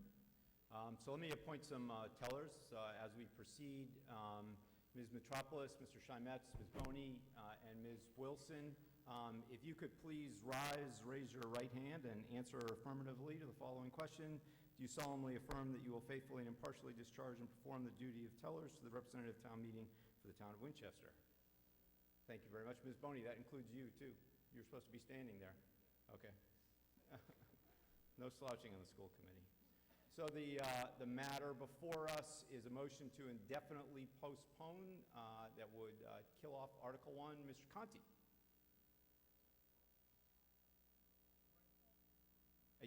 I apologize for that. There should be a microphone. There's a microphone at the end of the aisle, and people are welcome to line up there if they prefer to be recognized that way. And then, Tony, if you could come to the front, we'll try to look for the hand mic. Thank you. Thank you, Mr. Moderator, fellow town meeting members. I'm going to briefly reiterate some of the points that were made by Selectman Powers. To begin with, you may remember that the chairman of the Board of Assessors asked, he wondered why we, given the popularity of Winchester and our stellar property values, why we didn't have more interest in this property from developers. And I'll tell you why. Frankly, the RFP was stacked in favor of the Conservancy's operation. Now, granted, they do wonderful work. No disputing that. However, we have a problem in this town. We have an unsustainable spending pattern here. Every year we hear, for example, the Capital Planning Commission comes to us and tells us about all of our maintenance needs and capital planning deficiencies. And we all nod our heads and say, yeah, that's true, it's too bad, the town is crumbling and we can't afford to maintain it. And yet, we're being asked to give away a stream of revenue, a very valuable stream of revenue. We simply can't afford to give up that stream of revenue. We really have, we're driving people out of this town. In my neighborhood, I've seen people leave because they can't keep up with the taxes. And we haven't even begun to pay for the high school, $133 million. That will be on the next fiscal year's bill. And we have, of course, the culvert enlargement to solve the flooding problem, which we all supported, and I support. And we will also will be looking forward to the rehabilitation of the Lynch and Morocco schools, will probably cost us about $50 million apiece. There's a limit to what the average taxpayer can pay.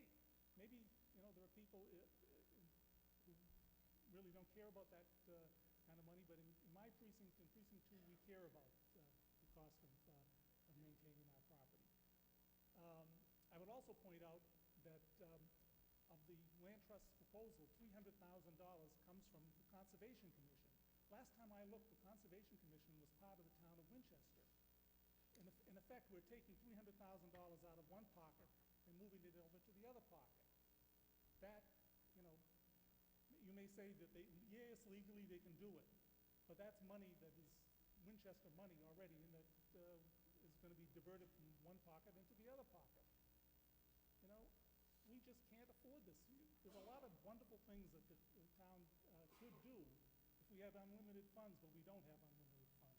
So I would ask that we think seriously about this and postpone, rather indefinitely postpone the motion before us and reconsider this so that we can take up a more financially remunerative proposal, one of the development proposals, which we're told, well, that's one of the points I wanted to make. We're told that it'll be held up in litigation. Really, the threat of litigation, we should be, in effect, blackmailed that because it's going to be opposed by the neighbors, that we should give up our ability to have a dedicated stream of revenue. I really don't think so. So I would ask for your support for indefinite postponement. Thank you. Yes, Mr. Shimetz. It's on the motion for indefinite postponement. Debate on addressing the main motion is permissible. Peter Shimetz, Precinct 5. My name's Peter Shimetz, Precinct 5. First, I wanted to talk a little bit about the discussions of the cost. Well, maybe we aren't being held hostage by the facts that the neighbors would hold this up, but that is the reality. I mean, that's the reality of Winning Farm. That was a pretty straightforward process that happened there. That's the reality of what the hospital land was. That's the reality of what's going on in CVS. And maybe we should make a decision to plow forward in the face of that, but we still have to take that into account if we're going to do any financial calculations. So it's been a while since I've been on FinCom, so I don't remember what exactly 2.5 of the raisable sum is for the town, so I'll accept the assessor's assessment of that. So that's somewhere between 1.5 and 2 million per year. So assuming that we get pushed off 5 years, then we'll have grown in revenue 1.5 to 2 per year, so somewhere between 4.5 and 10. No, I can't do the math. 7.5 and 10. Assuming it's like Winning Farm, that's more like $20 million.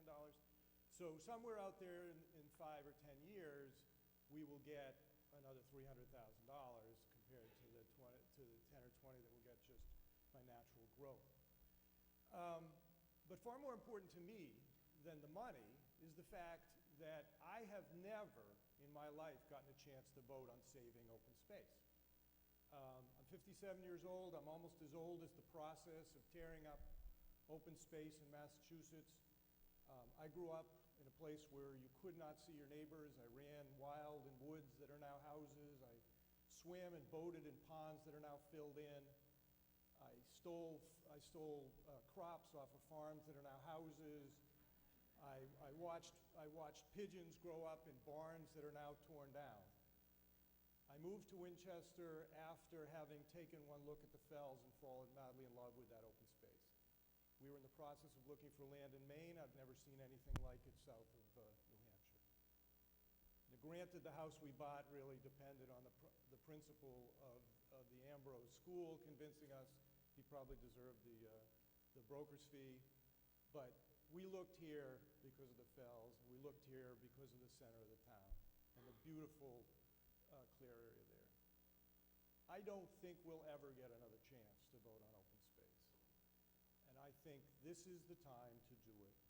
We don't have to, and it doesn't going to cost us very much. We can talk about lost this, lost that, lost the other. We're now going to be dealing with the center of the town. We've changed the zoning there. That's a much better place to put in housing that will increase much more quickly for its size, the amount of revenue we're going to get in the town. It's also going to help stabilize the center of the town and make it a much more vibrant place to put businesses. There is no center out there. This isn't going to stabilize any economic development anywhere else. This is going to be a bad place to get to. It's a bad place to get to now. It's going to be a bad place to get to then, but with much more traffic. I think we ought to take this historic opportunity. We ought to save this open space, and we ought to save it for the town, something that my parents and my grandparents were unable to do. Thank you, Mr. Shonitz. Yes, ma'am.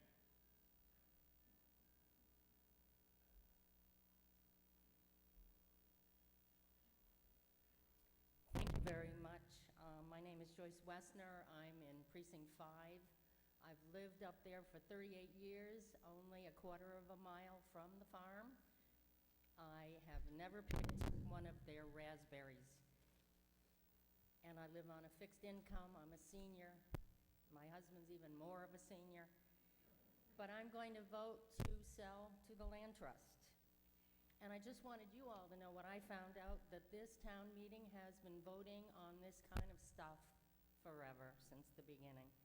Parks, money, who gets to use these parks? 150 years ago, a motion was made at town meeting to spend $7,000 for a downtown park. 120 years ago, $50,000 for a riverside park. 1867, right after Civil War, the motion was to buy land between the railroad station and Church Street. And some people at the meeting said that's a ridiculous amount. $7,000 on a muddy field of use to nobody but idle youth tossing balls around. Idle youth tossing balls around. But town meeting, everybody was in the meeting, every man was in the meeting at the time. They voted to buy it, and private funds were used to help develop it, and they turned it into something we all know. Anybody know what it is? The town common, that's right. 1894, Mr. Manchester brought a motion to fund the purchase of land between Wedgmere train station and Winchester train station as a riverside park. Opponents at the meeting shouted that this would tax everybody for the luxury of a park that only the well-to-do would enjoy. But it passed, and eventually Edwin Ginn bought some more land and donated it, and now we have Manchester Field and Ginn Field. Little by little, other town parks were acquired with public and private funds. So now we have school fields and playing fields, the tennis courts, the town beach, but never without the kind of discussion that we're having here today, and never without a question of what else could be done with the land, what else could be done with the money. But here we are today, playing softball at Ginn Field. I don't know if those are the well-to-do softball players, but tennis, maybe the tennis players, they're probably the well-to-do. I know the swimmers at Wedge Pond are just everybody, and they're not for idle youths or the well-to-do. So how could those people who came here before us justify parklands? And how can we justify it today in the face of the money we could have from tax revenue? But I say tonight, we are always going to wrangle with and vote on budget issues.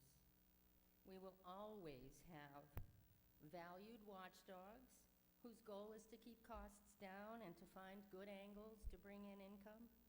We will always have those issues, revenue and costs, always, ladies and gentlemen. But never again will we have the chance to vote on a motion like we have here tonight. Consider what we're voting on.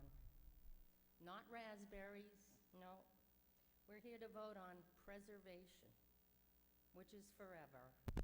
Forever, ladies and gentlemen, forever. Thank you. Thank you, Ms. Westner.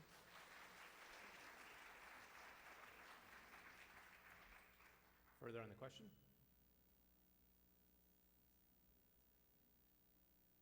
No, it's not. We can, actually, we get up the technician. You can turn that off. There you go. It's good to leave that up behind me, you know. Yeah. Right. My name is Jack Richard. I'm from Precinct 1, and I plan to vote to postpone this. And I didn't want to say any P's that close to the microphone. I plan on voting against this motion. Against the main motion to postpone. And I appreciate the chance to take a few minutes to try to explain my vote and maybe to persuade those of you who have come with an open mind to do the same. As a matter of introduction, I come here from a very different place than one of the earlier speakers. I grew up in Chelsea, where open space was at, I wouldn't even call it a premium. We got into different kinds of mischief. But I've been in Winchester for over 20 years, so I really appreciate the value of the open space we have. And I understand the educational and really restorative properties of the natural surroundings. My thing is running. I'm up in the fells every hour, all kinds of weather, all times of year. So I'm not one of those, let's pave paradise and put up a parking lot kind of guys. But I voted for the existing conservancy acreage, with the understanding, though, that the town had the rest of the land to recoup part of this investment. Oscar Wilde once said that a cynic is someone who knows the price of everything and the value of nothing. I think I can see the value in the conservancy proposal, and I appreciate so much what they've already done. I very much respect and admire the people who do that work. They're all different kinds of people, but the common denominator is they're the nicest people I know in town. They're the kind of people that do all the really hard work in town and keep the civil society that's outside of the government that makes this town such a great place to live, and I couldn't thank them enough. So I don't question their motives, but I really do differ with them about their judgment. Because while I'm sure there are some folks here the green eye shade people who only see the price and not the value. Some people might call them the get off my lawn caucus. I'm afraid there's also some on the other side who are so excited and so energized about this project that they're blinded to the true price of the project. And I don't blame them. Again, I said they're good people, but they're people.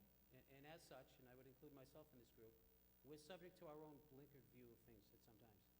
So I want to talk a little bit more about the price, which I think is astoundingly high. It's not about the initial bids being within a rounding error of $1 million here or there. I was an economics major, and the first thing you learn in economics about is it's not the price you pay, but it's about the foregone opportunity cost, and certainly about the present discounted value of a perpetual income stream. Now, these alternative development proposals would pay up to $1 million a year in taxes. Now, even at 5%, what's $1 million every year forever worth? Well, it's worth about $20 million at 5%. $20 million, that's a lot of money. Senator Everett Dirksen once said that $1 billion here, $1 billion there, pretty soon you're talking about real money. And that's what I worry about here, because someone mentioned we have about 7,000 taxpayers. And someone else mentioned that this proposal, like any other, it can't be considered in a vacuum. It would be a great thing. But our resources are not limitless. And what we give to one, we take from others. And $1 million a year is a lot of money. We have a relatively fixed pie. So where are we going to take it from? From sports? From flood mitigation? From police? From fire? I think to be taken seriously by the voters, and all of us in our own energized, engaged groups, maybe forget that the folks outside of this meeting aren't as engaged in these issues. And, you know, for them, they really want to say, my tax bill's going up. That's what they see. The other thing that no one has brought up, here's a great secret about the town selling land. When the town sells land to a nonprofit, it's gone. But when a town sells land to a for-profit business, they don't really sell it. The town still owns it. The town owns my house and yours. We pay rent every year. It's called taxes. If we don't pay it, we get evicted. The town can sell this land, and in fact, the town still gets the income from it. So how you want to pass the word ownership and what that means, I'm not sure. But once it's given to a nonprofit, that income stream forever is gone. So I agree with those on the other side who say this is forever. It is, because it will never come back. There's another way I'd like you to look at it, though. If this land that's in question was held in private hands right now, and I came to you and I said, the farm would like to expand. They're doing great work. They want to expand. But the town's going to pay them $1 million a year to rent. We're going to have to pay the private owner $1 million a year to rent this property. I think you'd think that was extravagant. It would be a nice thing, but it's a luxury we can't afford. Well, whether you pay the rent in a check every year, or whether you forego it, an income you could have had, it's the same thing. So I think you have to look at it that way. So I'd rather support some reasonable development, because otherwise I think we run the risk of becoming not a town meeting, but like a Peter Pan Center where no one has to grow up. There are real-world consequences to these decisions either way, and we have to take them seriously. So I'd like to see us hammer out a compromise. And compromise is hard. I mean, compromise is when both sides get what neither one wanted. I get it. One group won't be happy, the development people won't be happy.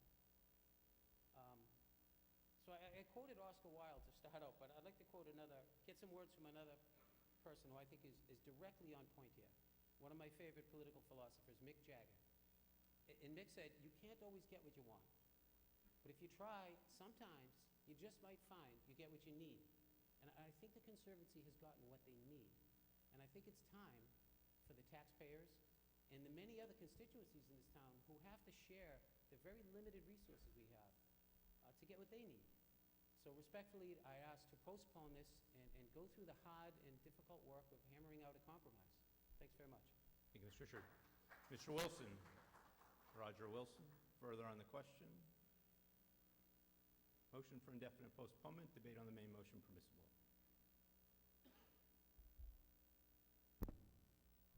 I'm Roger Wilson from Precinct 1, and I strongly urge you not to postpone this measure. And my friends Tony and Jack, who I frequently agree with, I couldn't disagree with more on this question. Tony got us going on Abbott when that came up before, and we got excited and we decided to go for the fences and get the big bucks. And, I was wrong. I voted for it, but we got lucky, and Abbott didn't get built. Meanwhile, I've learned a lot more about the value of the place, and Abbott would have been a disaster to build there. The economics of this are pretty simple. If you want money, you have to sell density. And if we sell density, we're going to ruin that piece of land. I represent Precinct 1, which has as much trouble paying for this stuff as anybody. And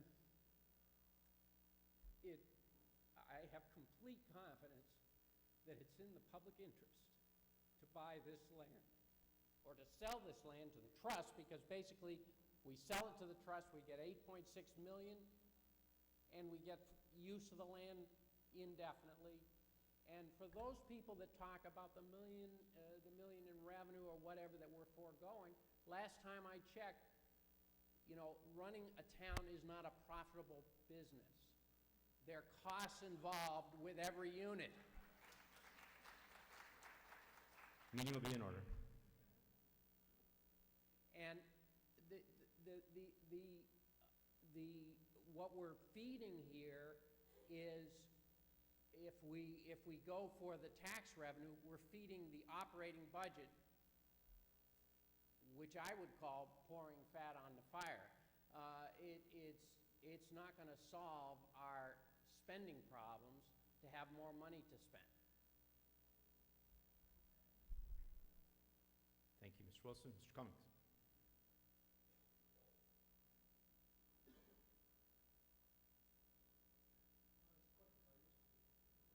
Don't worry about it. We got all night.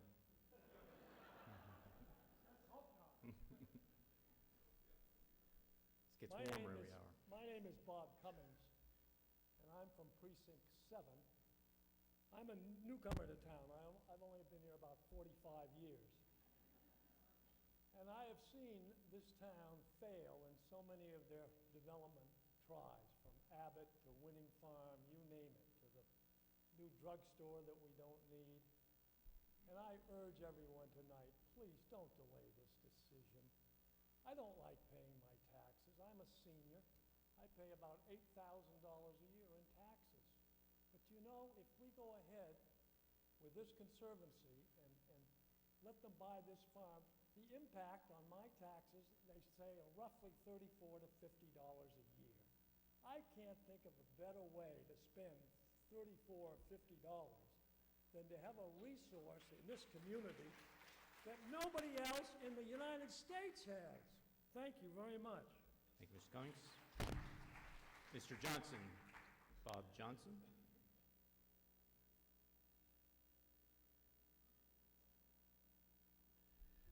Mr.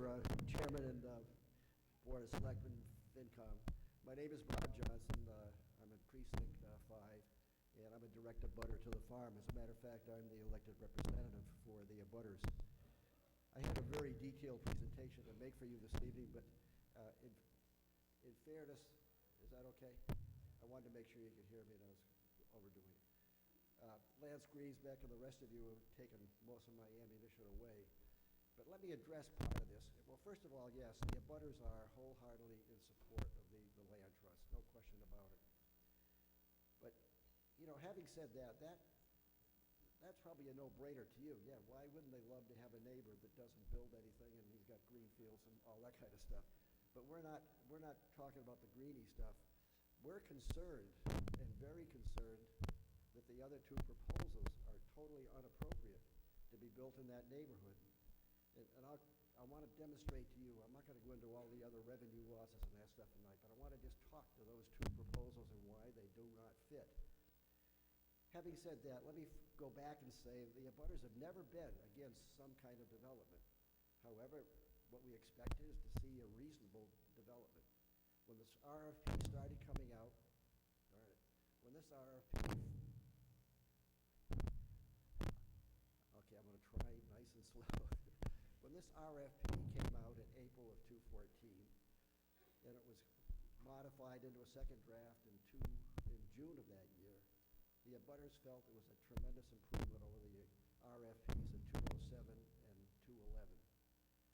They were substantially better for a number of reasons, but mostly and foremost, they didn't make the mistakes of the Abbott development in 207. They did not build on the big hill. This new RFP excluded the possibility of building on the hill. Have I got the wrong mic?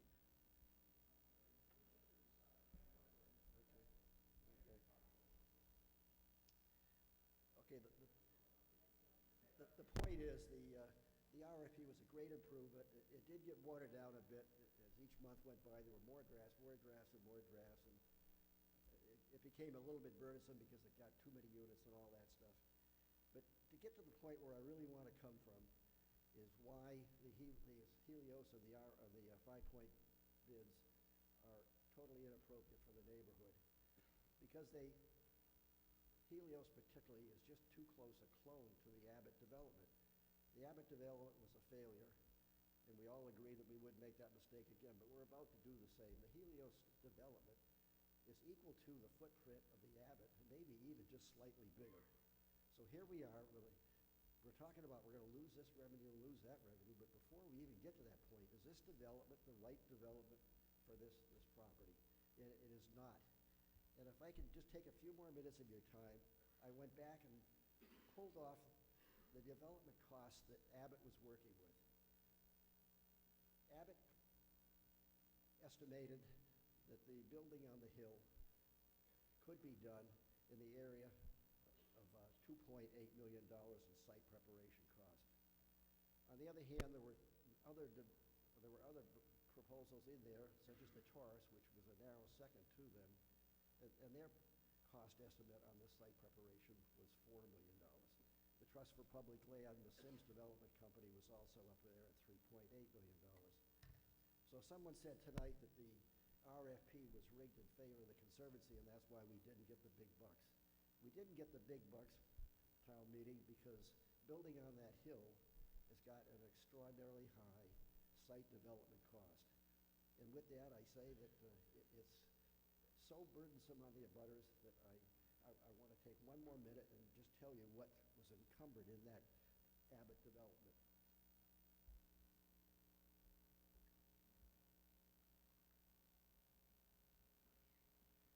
The blasting for the development would have taken 8 to 10 months, blasting and crushing combined. As a result, there would be in the area of 50,000 cubic yards of material that were going to have to be removed from the premises. To get them out of the premises, we were talking about 4 to 6 months of hauling out. That represented in the area of 3,000 truckloads. That's the equivalent of about 30 a day for 6 to 8 months, or if you want to do it by the hour, that's like one every four hour. I don't know how they would expect the neighborhood children to get to school, let alone walk down to the playground on Mullen Field with this kind of a problem. The Dotson consultant, the town's longtime land consultant, said do not build on the field, the hill rather. The RFP specifically said avoid building on the hill. The RFP further in the Table 3 ranking qualifications stipulated that the building on the hill of any more than 12 units, although they didn't want it, but if they did, would be the least desirable. So here we are with 24 units, which was going to be a bad deal with 12 units. This proposition for the development on that hill just can't happen. Mr. Johnson, your time has expired. Do you request more time? Another minute, please. I got microphone makeup for you. I'll give you 1 minute as courtesy, and then we're going to take a break, so we're all waiting on you. Go ahead. The land trust bid is the way to go. It is represented by 4,000 families. 2,740, I guess, families contributed to raising the $8.6 million to make this possible. These numbers just tell me that the voters, the taxpayers, they have spoken. They're saying, save the darn land. Don't fool around with it. And Lance Greensbeck said in in relation to the baseball park. If you sell the infield but don't sell the outfield, you haven't got a whole baseball park. Lance, I think the Red Sox biggest problem, if you're talking about Fenway Park, is they ought to sell that stupid pitching staff. Thank you very much, Mr. Johnson. We're now going to take a 10-minute break. We'll come back and vote on these motions. I would remind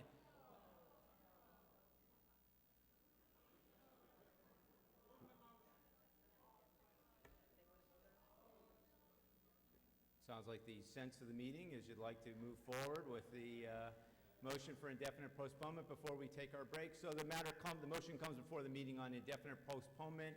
This requires a majority vote. If you vote for indefinite postponement, you are killing off motion number 1, and there will be no sale to the Right Lock Farm Land Trust as proposed by the selectmen. All those in favor of indefinite postponement, please say aye. All those opposed? The motion for indefinite postponement fails. This brings us back to the main motion and the chair's original inclination, which is we'll take a 10-minute break and be back here at 9:35. Thank you.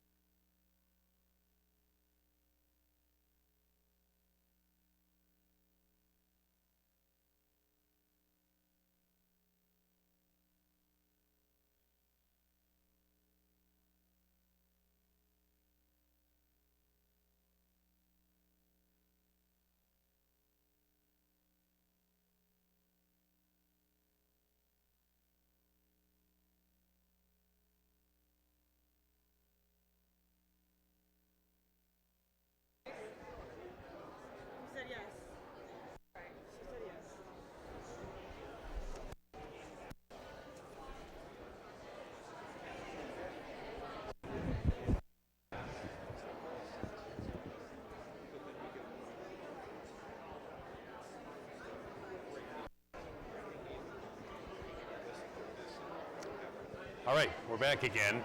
I think I'm back again. I was silenced there for a moment through a few technical difficulties. But again, my name is Alan, and if you're just joining us, town meeting is in recess. Of course, taking up one article tonight, actually technically 4 articles, but the main article is Article 31, the proposed sale of the 12.5 acres of the Right Lock Farm to the Right Lock Land Trust. So let's quickly recap what has happened earlier this evening. Again, we heard recap that this has been going on since 2006 when the town acquired the farm. We heard from Lance Grenzebach talking about the lots that are going to be considered, which are lots A, which is the farm, C, the farm land, D, the land in back of the farm towards the Lexington line, and E, the Ridge Street house and the parking area beside that. The consultant identified these 4 zones for development, and let's okay, recapping here, reading my own notes here. Bought the land for $14.10 to prevent a major development on the property. Abbott proposed, a company called Abbott proposed a development, which was they defaulted in 2000. So the town now currently owes about $12 million on this land, and it had a carrying cost of about $1.1 million. Mr. Grenzebach said that the selectmen followed the state law in the RFP process, and their objectives were to recoup a substantial proportion of the town's investment to support the Right Lock Farm Conservancy, to balance development and preservation interests for the town and minimize the impact on the town's infrastructure. There were 3, one from Helios and one from the Right Lock Farm Land Trust. Mr.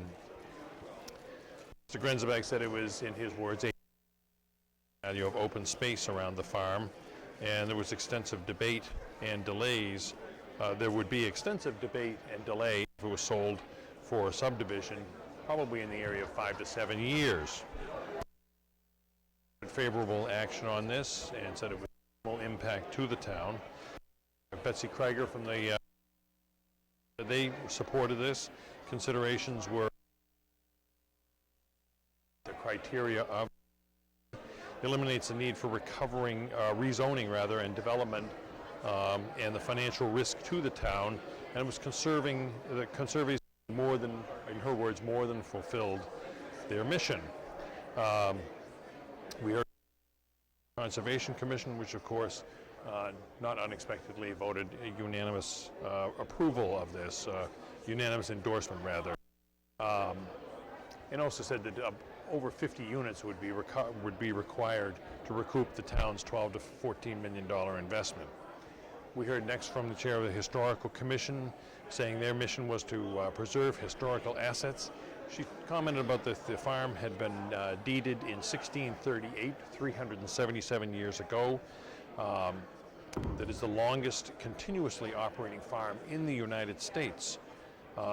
She said Winchester used to be the home of 14 farms, now it's down to this one. And she also was concerned about the legal costs to the town for preservation efforts. We heard from David Arrico from the Board of Assessors, who said he would be on the town's quote-unquote, or the town meeting members' quote-unquote manure list. But the assessors unanimously opposed development. It said the town desperately needed more revenue, that the assessors cannot turn their backs on this revenue stream, and is not a good choice for the vast majority of taxpayers, in his words. Housing Partnership Board, Ed Soubier, Mr. Soubier said they support the selectmen's. He said open space has economic value to the town and makes Winchester a more desirable community. We heard next from Tom Howley, former selectman and president of the Land Trust, who said that the bid of $8.6 million came from pledges of over 500 local residents, and 8.2 of that would be paid to the town within 60 days with no conditions. He said the Land Trust will propose to sell 1.5 acres for up to 3 homes to recoup within 3 years, and there's a permanent conservation easement on it.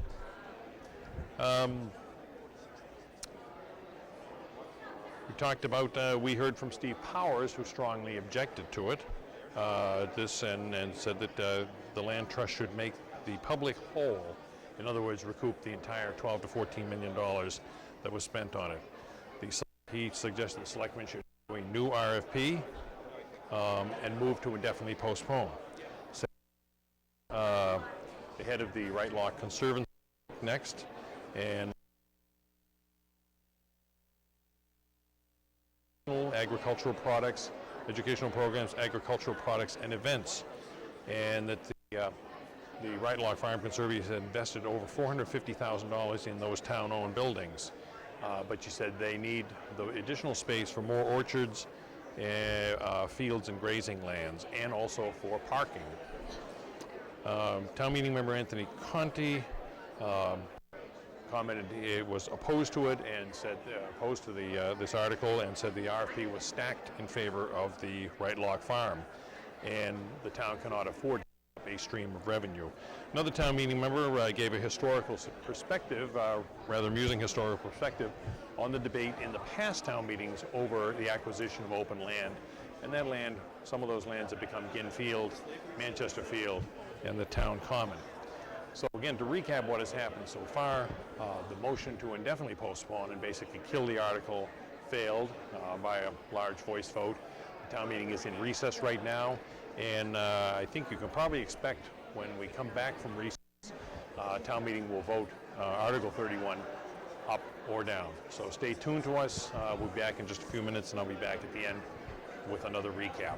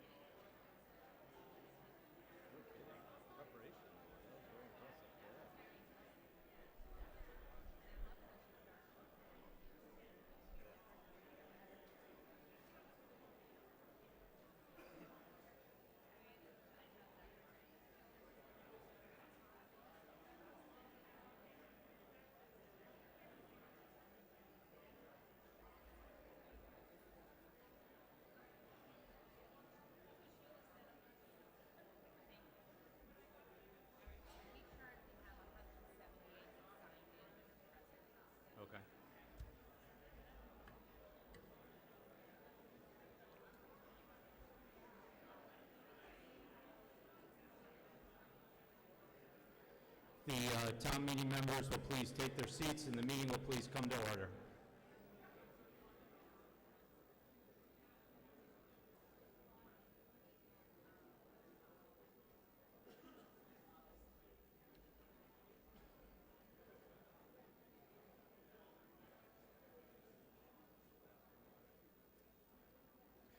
The motion for indefinite postponement having failed, the meeting returns to the debate on the main motion to convey the property to the Right Lock Farm Land Trust, Inc. The chair is in receipt of a request from a resident of the town to address the meeting. Mr. Craig Miller is one of the disappointed bidders, representing 5 Points, which made a bid, and Mr. Miller is a resident of the town and consistent with the town rules has asked for an opportunity to address the meeting. Craig Miller. Mr. Miller.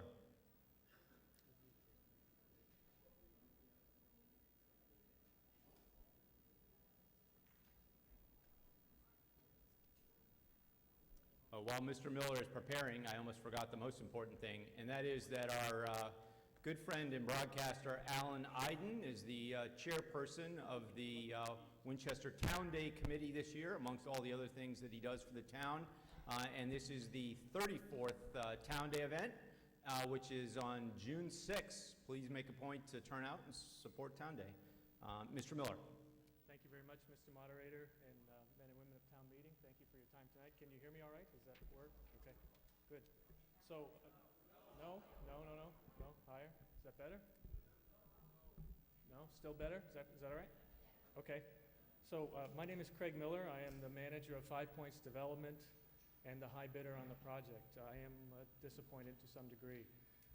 I'm the founder and president of Waterfield Design Group. We are an engineering, design, and planning firm located here in Winchester that I started 17 years ago in the town. My wife and I are close to 20-year residents in Winchester. We have a 7-year-old daughter, Abigail. We live in Precinct 8. And we actually live literally in left field of McDonald Field. So when you come up to me afterwards tonight and say that I'm coming from left field, it's because I am. My family and I have invested heavily in our community for nearly 8 years. We ran a very successful nonprofit orphanage in Haiti out of my office in Winchester. I traveled to Haiti extensively and was just there last month. I've coached youth basketball here in town and invested in youth sports. I volunteer to teach engineering up at the University of Massachusetts Lowell.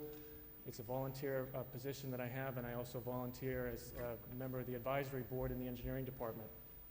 I got involved in this project for one reason and one reason only. I was frustrated sitting on the sidelines watching the debate over the last 5, 6, 7 years, and I was very frustrated with the quality, the lack of responsiveness in the development proposals that were being put forward.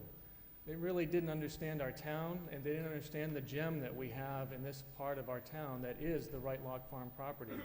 It is a gem, and it should be treasured and treated as such accordingly. So rather than sit on the sidelines and just scream at my television screen, as I did a few nights watching the debate years ago, I thought, well, I should get involved and do something about it. I've been doing development and development consulting for 27 years, and conveniently, all the issues that we were wrestling with as a community, including going back with the Board of Selectmen and authoring the RFP, all of the issues that we were wrestling with as a community was the density and dollar decision. And it just so happens that the work that I do every day professionally and have done for 27 years is all about the infrastructure and the cost and the risk and the complexity and the management of making projects like this successful, not just here in Winchester, but all over the world. I've worked extensively all over the world and extensively in our state. So this is something that I'm uniquely qualified to do. But I'm only here, and I have to emphasize this, I've said this many times before, I'm only here if the town elects, if the town decides that they want to get more money out of the development of that property. I treasure the Right Lock Farm just as much as I think everyone else in this room does. But I didn't want to sit on the sidelines and watch a decision potentially to go forward for development, and that decision hasn't been made yet, but it's getting close. I didn't want to see a decision for development go forward and run the risk of getting another Abbott-like proposal. I didn't want to sit on the sidelines as a resident who actually can do something about this and just watch a really unfortunate development plan unfold and just sit idly by. Thankfully, the Conservancy has done a great job. I respect every one of the people who volunteer and work so hard to make the Conservancy what it is today. My wife and I cherish the Right Lock Farm Conservancy. I've enjoyed working with Sally and Archie and Tom and Jim Whitehead especially. I have a tremendous amount of respect for Jim and all the energy and enthusiasm that he brings to our town, whether it's on the Conservation Commission or as a selectman. So we love the farm. I grew up in a town in central Massachusetts called East Brookfield that had more cows than people. And I must admit that I also stole fruit on the way to school as I walked through the strawberry patches on my way to Memorial School every day and then again on my way home. So I understand farms, and in fact, I own a 1946 tractor that I would love to run on that farm property someday. It was my grandfather's. I understand the farm, I understand what it stands for, and I love it. But I also understand development, and I know that this does not have to be an all-or-nothing proposition. There are ways to do successful development in a way that could be exceptionally sensitive and respectful and, in fact, honoring to what the farm stands for, to what the farm was originally purposed for, and for what you as town meeting members originally bought the farm for in the first place. Everything that the Right Lock Farm Conservancy stands for, I believe, can be honored with a very carefully scripted development plan. And I went through great pains to produce just such a document. I was one of the few respondents that submitted, in fact, I was the only one, that submitted close to 500 pages worth of a proposal bid that responded chapter and verse to every element of the RFP. I agonized over this for several years in anticipation of seeing this come to fruition.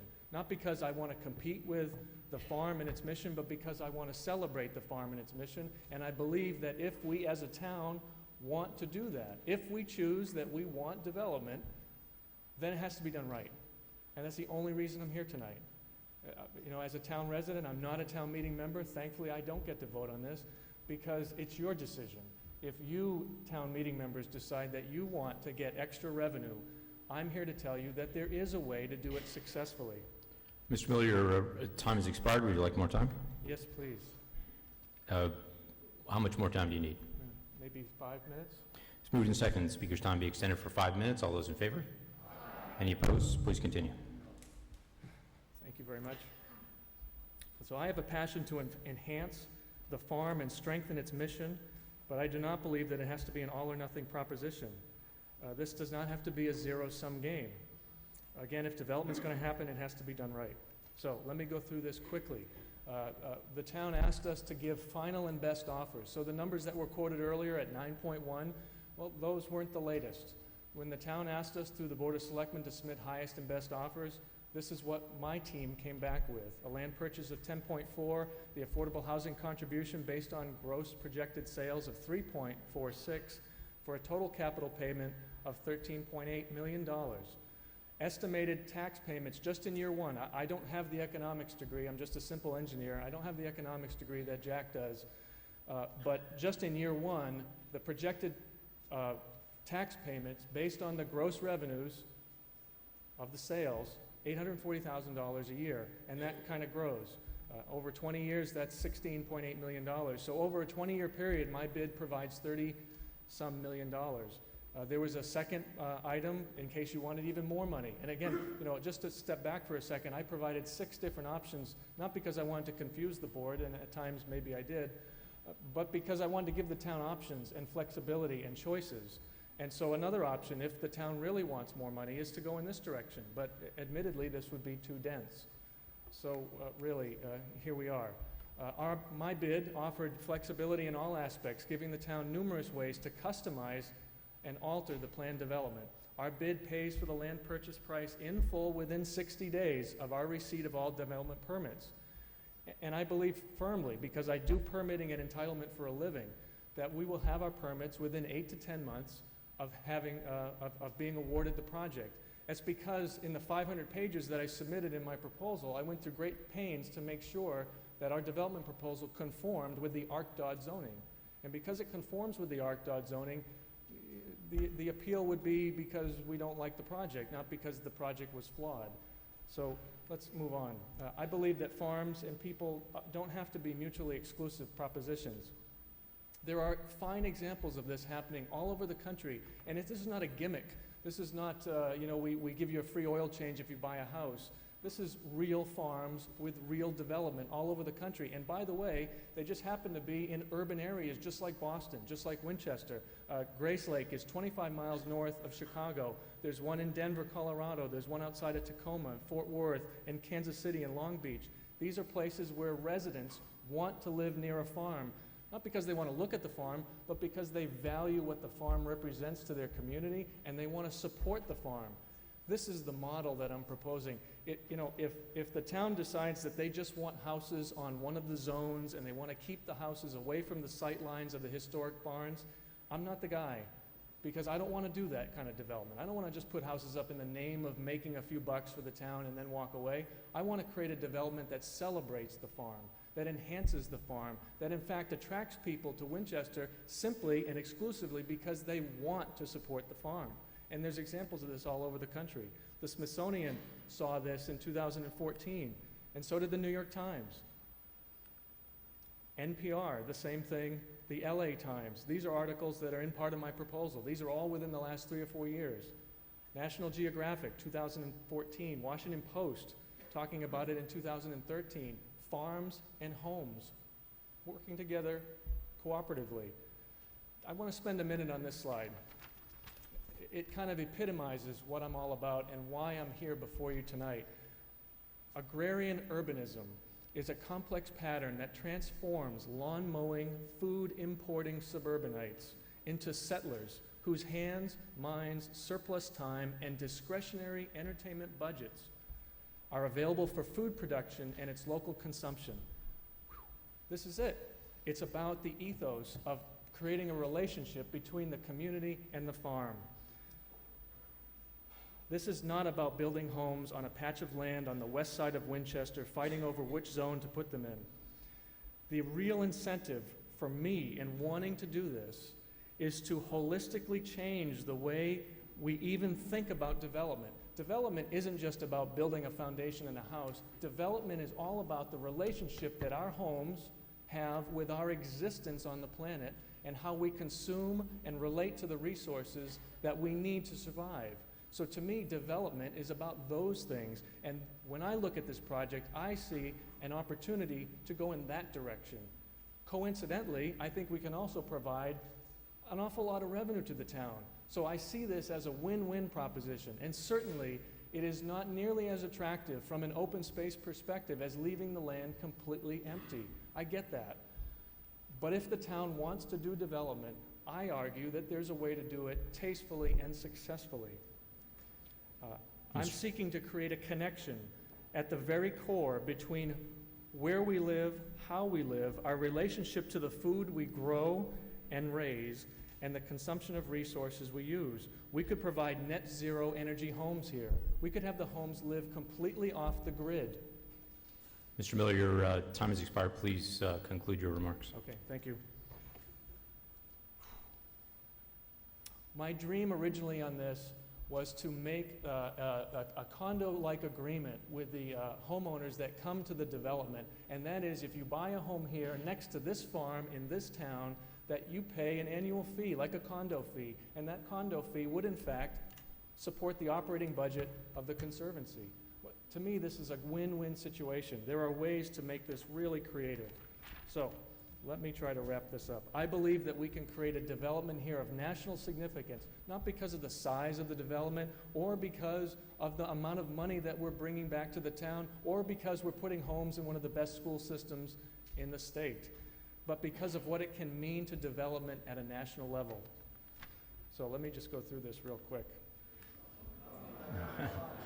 This is the development plan. These are the homes.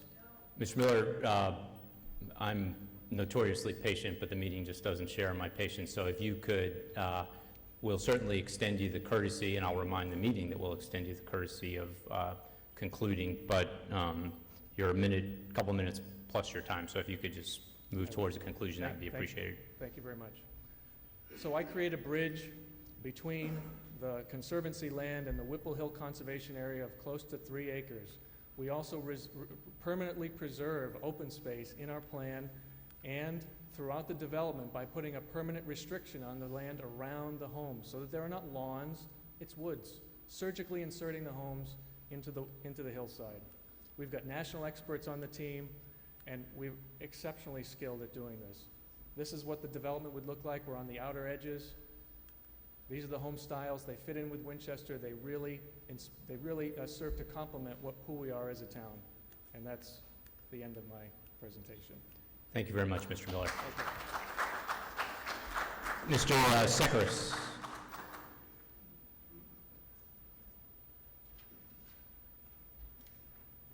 Town meeting members, I'm Charles Sekaras, Precinct 3, a town meeting member. I absolutely respect the previous speaker. His attitude toward land use and so on, I really am very respectful of. As a land use planner, I'm also very familiar with some of the projects that he's talking about in the west and Tacoma and so on. And they're excellent projects, but they're usually large tracts of lands, external of an urban area, for people who really want to get their hands into the ground and start going into more natural forms of living with land. In this case, I think we residents of the town are those people for this farm.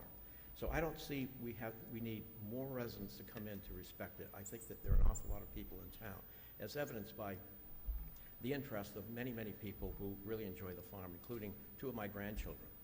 So I just want to suggest something. About 25 years ago, when 3 of the town's elementary schools were considered excess property, the Board of Selectmen at that time indicated that being in the center of neighborhoods, the quality of the redeveloped schools were more important than the price developers were willing to pay. As a result, the quality of these 3 redevelopments is of the highest order, and they have maintained their value over this very long period of time. Rarely does a community have the opportunity to dictate or entice a quality real estate development. We find ourselves in a similar situation with Bright Lock Farm Development. Through a well-thought-out RFP, in my opinion, we should be able to select the option that makes the most sense to our town. What we must remember is that the issue that drove the price in the first place was a huge 240 apartment rental complex priced at prior to 2008, the financial tsunami that hit the country, and there were prices before that in 2007. The price had to be matched. The selectmen at that time, in a bold move, in my opinion, determined the way for a town to buy the land. They suggested a development opportunity that would replenish the money and leave an ample portion for the farm. Prior to the 2008 economic downturn, this was possible, as proven by the winning proposal. Since the new economy post-2008, the town cannot expect to receive this amount of money. And in response to the Board of Assessors' comment about why we didn't get more developers, my practice in architectural and land use planning, we have about 220 architects in land use planning, and about 60% of our work is with private real estate developers. And the last 45 years that I've been in practice, up until 2008, they were very bold people. In 2009, all of a sudden they became very timid. And now the only developers who are really pursuing projects are ones in much more secure positions. Buildings in downtown Boston for residential use, which is a command market right now, and so on. So I can suggest to you that post-2008, developers aren't interested in land like Bright Lock Farm that's external from the town center. What they really are interested in, town center property and ones that are related to movement, that is the transportation, buses, trains, which this town has.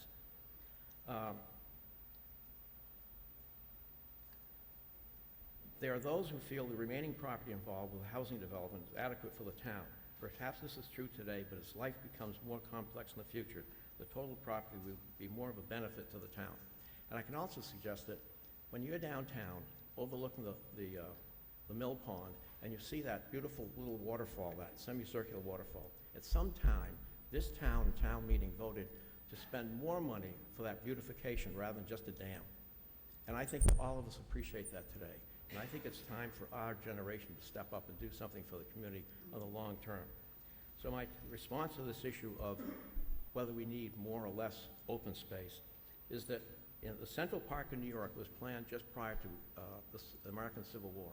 And when it was designed to be the exact sign that it is today. And it's obvious that those people had the foresight to realize that New York was going to grow, and just as Winchester is going to grow. I can remember in 1965 when Lauren and myself moved to this town. As you drove around, bicycled around, walked around, you saw an awful lot of open space. And I realized later on that it wasn't really public open space. It was simply land that hadn't been developed yet. And since '65, a lot of that land has been developed, and all of a sudden, the amount of perceived open space from a visual point of view is really diminished. So I really favor this proposal of saving the farm. Thank you very much. Thank you, Mr. Sekaras. And I would like to move the question. Mr.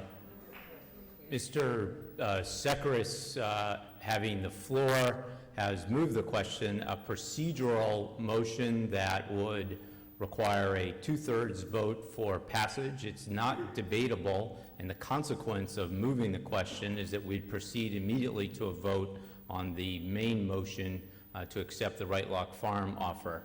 Moving the question requires a second. Is there a second? Motion's been seconded. So we'll now proceed without debate to the motion to move the question. An affirmative vote will be to immediately move to a full vote on the main motion. Two-thirds vote, so we'll do it by standing. All those in favor of moving the question, please rise, and the tellers will count and report the vote. Yes. Yeah, okay, so Ms. Latz will be on your side, and Ms. Latz, Ms. Grenzbach, Mr. Freisel on your side, Mr. Steinmetz. Maureen, if you could also count the Board of Selectmen, and Jennifer, if you could also count the Finance Committee.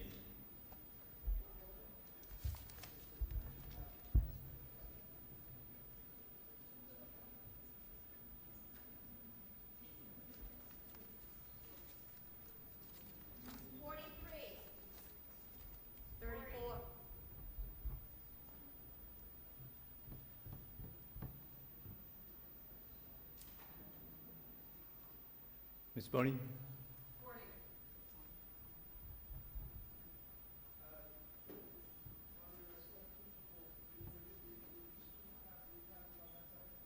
What?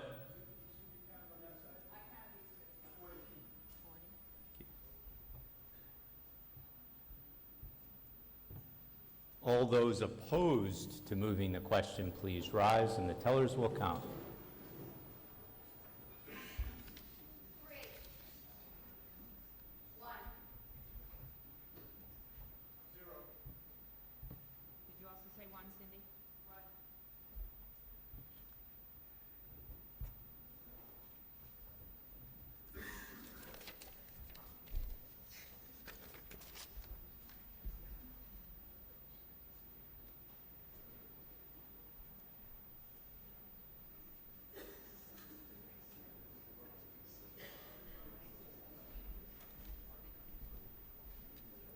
162 members having voted, 108 members required for passage, 157 votes having voted affirmatively. The motion to move the question passed, and we'll now proceed immediately to a vote on the main motion.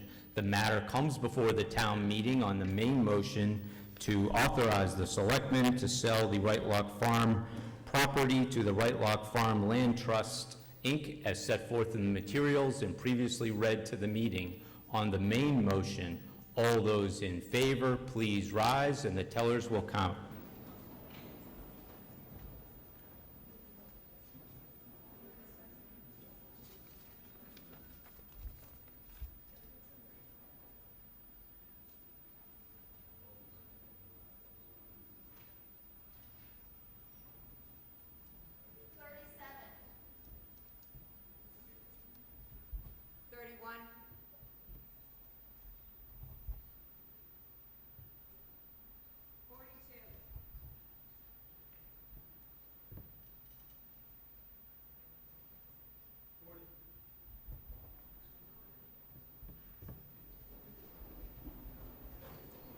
All those opposed to the main motion, please rise.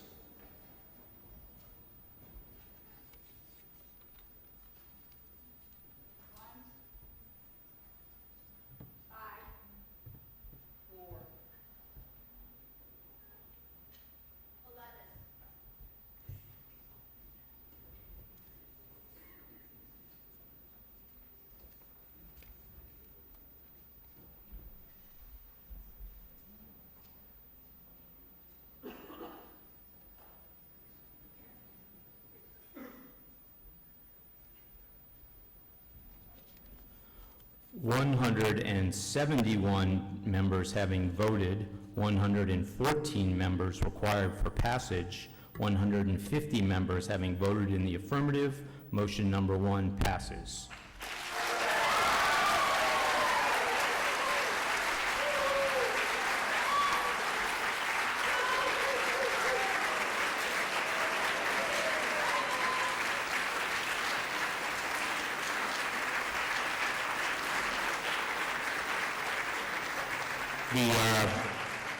The meeting will be in order. We have two matters to address that I would appreciate your patience on.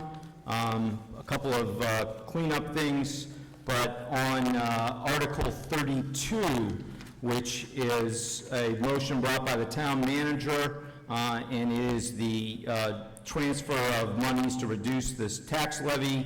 Under Article 32, it is moved and seconded that the Board of Assessors be authorized and directed to take the following sums of money from available funds for the purpose of reducing the fiscal year 2016 tax levy from free cash, the amount of $569,482.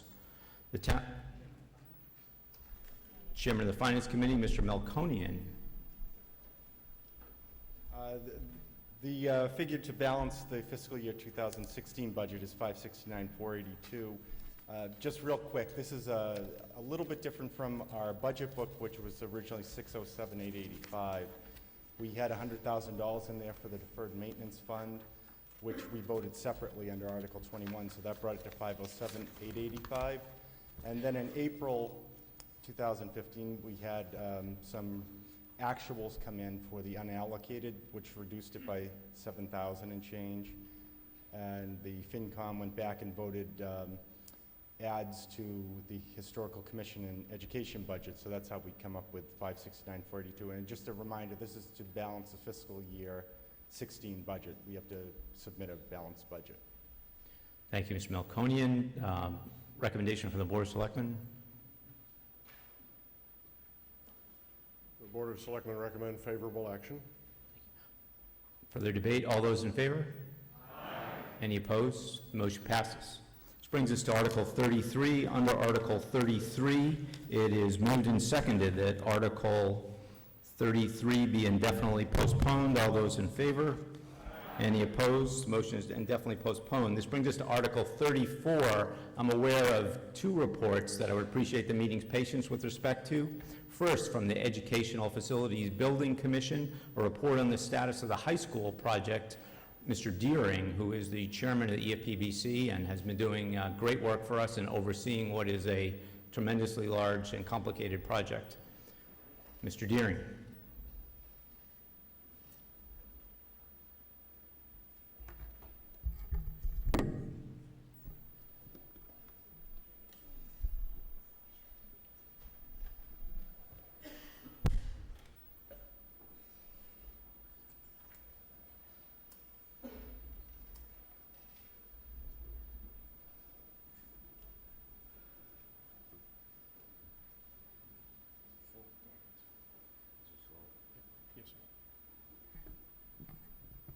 Mr. Moderator and town meeting members, given the late hour of the night, as Yogi Berra would say, I will make this as short as possible for as long as I can.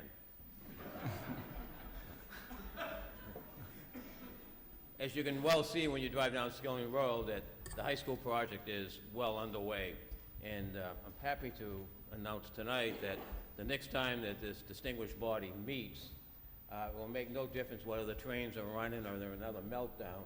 You'll never know the difference. And the town clerk will not have to move lights, and though it won't be like the cinemas, but there'll be a lot better chairs to attend town meeting in.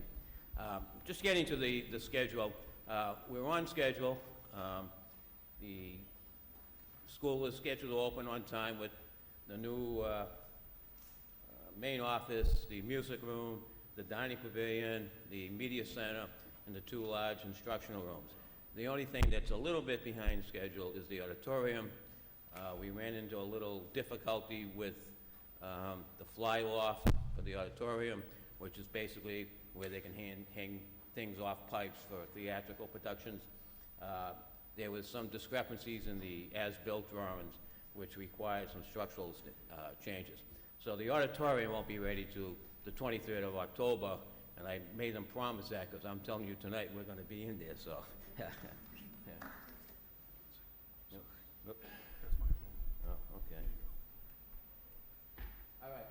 Currently, we're in the first phase, which was the auditorium, the music room, central office, and the media center. And as I say, that is scheduled to be finished by the time school opens. As soon as school closes this spring, we will be starting phase 2, which comprises the auditorium and what is known as the C wing. And that will be completed by the beginning of the next following school year. And in that spring, we will be starting phase 3, which is the A and B wing. And the other part of that is Skilling's Field, the last part of that phase. So that's the brief summary of the schedule, where we are. Budget-wise, it is $129 million, and there are some people in town that we had all kinds of money and wanted us to contribute here and there. But we are on budget. It's a tight budget. We're reviewing all the change orders and expenditures, because it's being such a large project, and we still have other 2 phases to go. But currently today, we're on time and on budget. So hopefully in this fall, you'll be able to at least go over to the central office or the dining pavilion and enjoy the first phase. Thank you. Mr. Deering, thank you very much. Just, one question from the chair. The auditorium, air conditioning? I think it is. Excellent. So I don't know if there's a report from the Retiree Health Committee. I thought that there might be. Mr. Shimetz. From the Fields and Streams, admitted rural thief, and who knew? Yeah. Oh, you knew. All right, it's always a privilege to go last with a bunch of hot people who'd rather be home. All right. Last year, you may remember about this time when you were all running out to go out the door, we chartered a committee called the Retirement Health Insurance Advisory Committee. We have managed to meet about 8 times in the past year, and so I'm here to report on some of the work that we've done. There are 4 main areas that we have conducted some work or paid some attention to. The first is advising the Board of Selectmen on how to distribute a mitigation fund that they developed last year. I'll talk about all these in a minute. Discuss effective approaches to communicate with the town's retirees. Methods of reducing the cost of the health care benefits for both the retirees and the town, and methods for reducing the town's OPEB liability.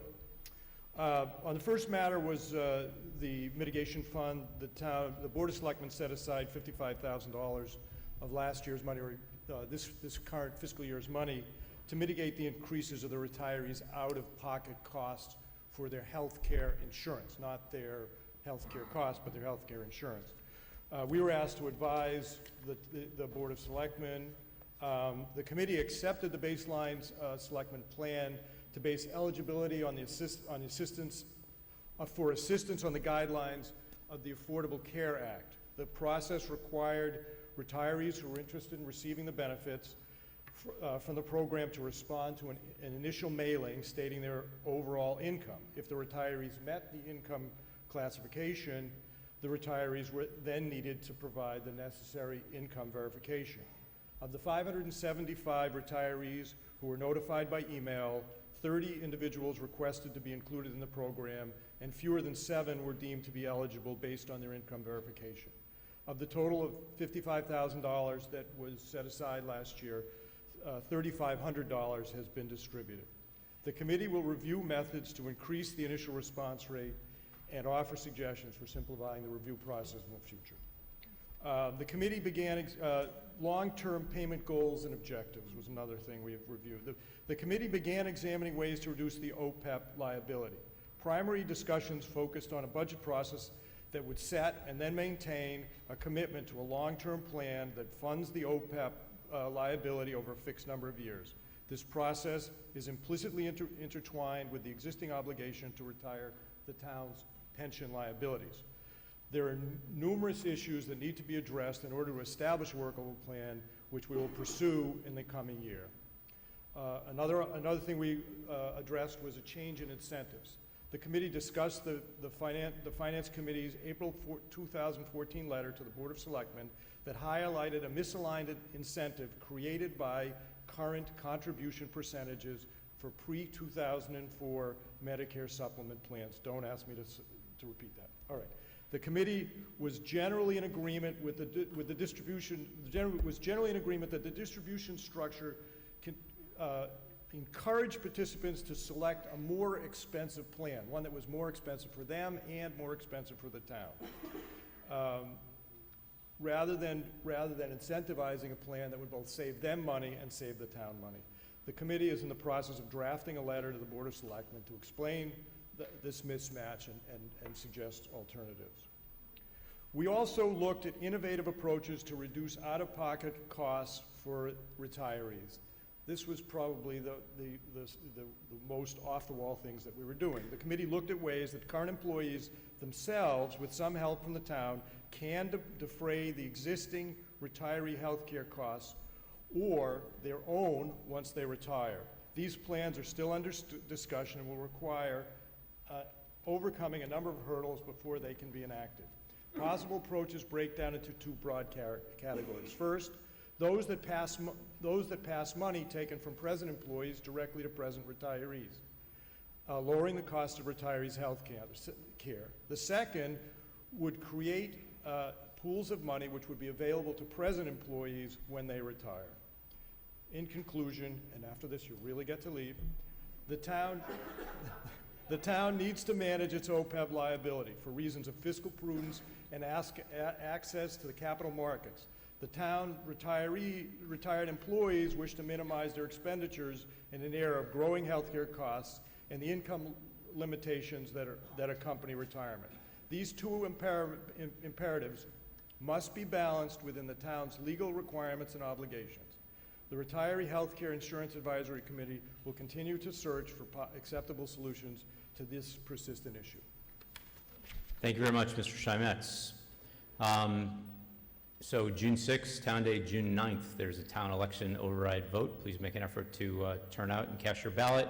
The business of the meeting having been concluded, it's moved and seconded that the meeting be adjourned and that the meeting dissolve the Springtown meeting. All those in favor? Aye. Any opposed? Thank you very much.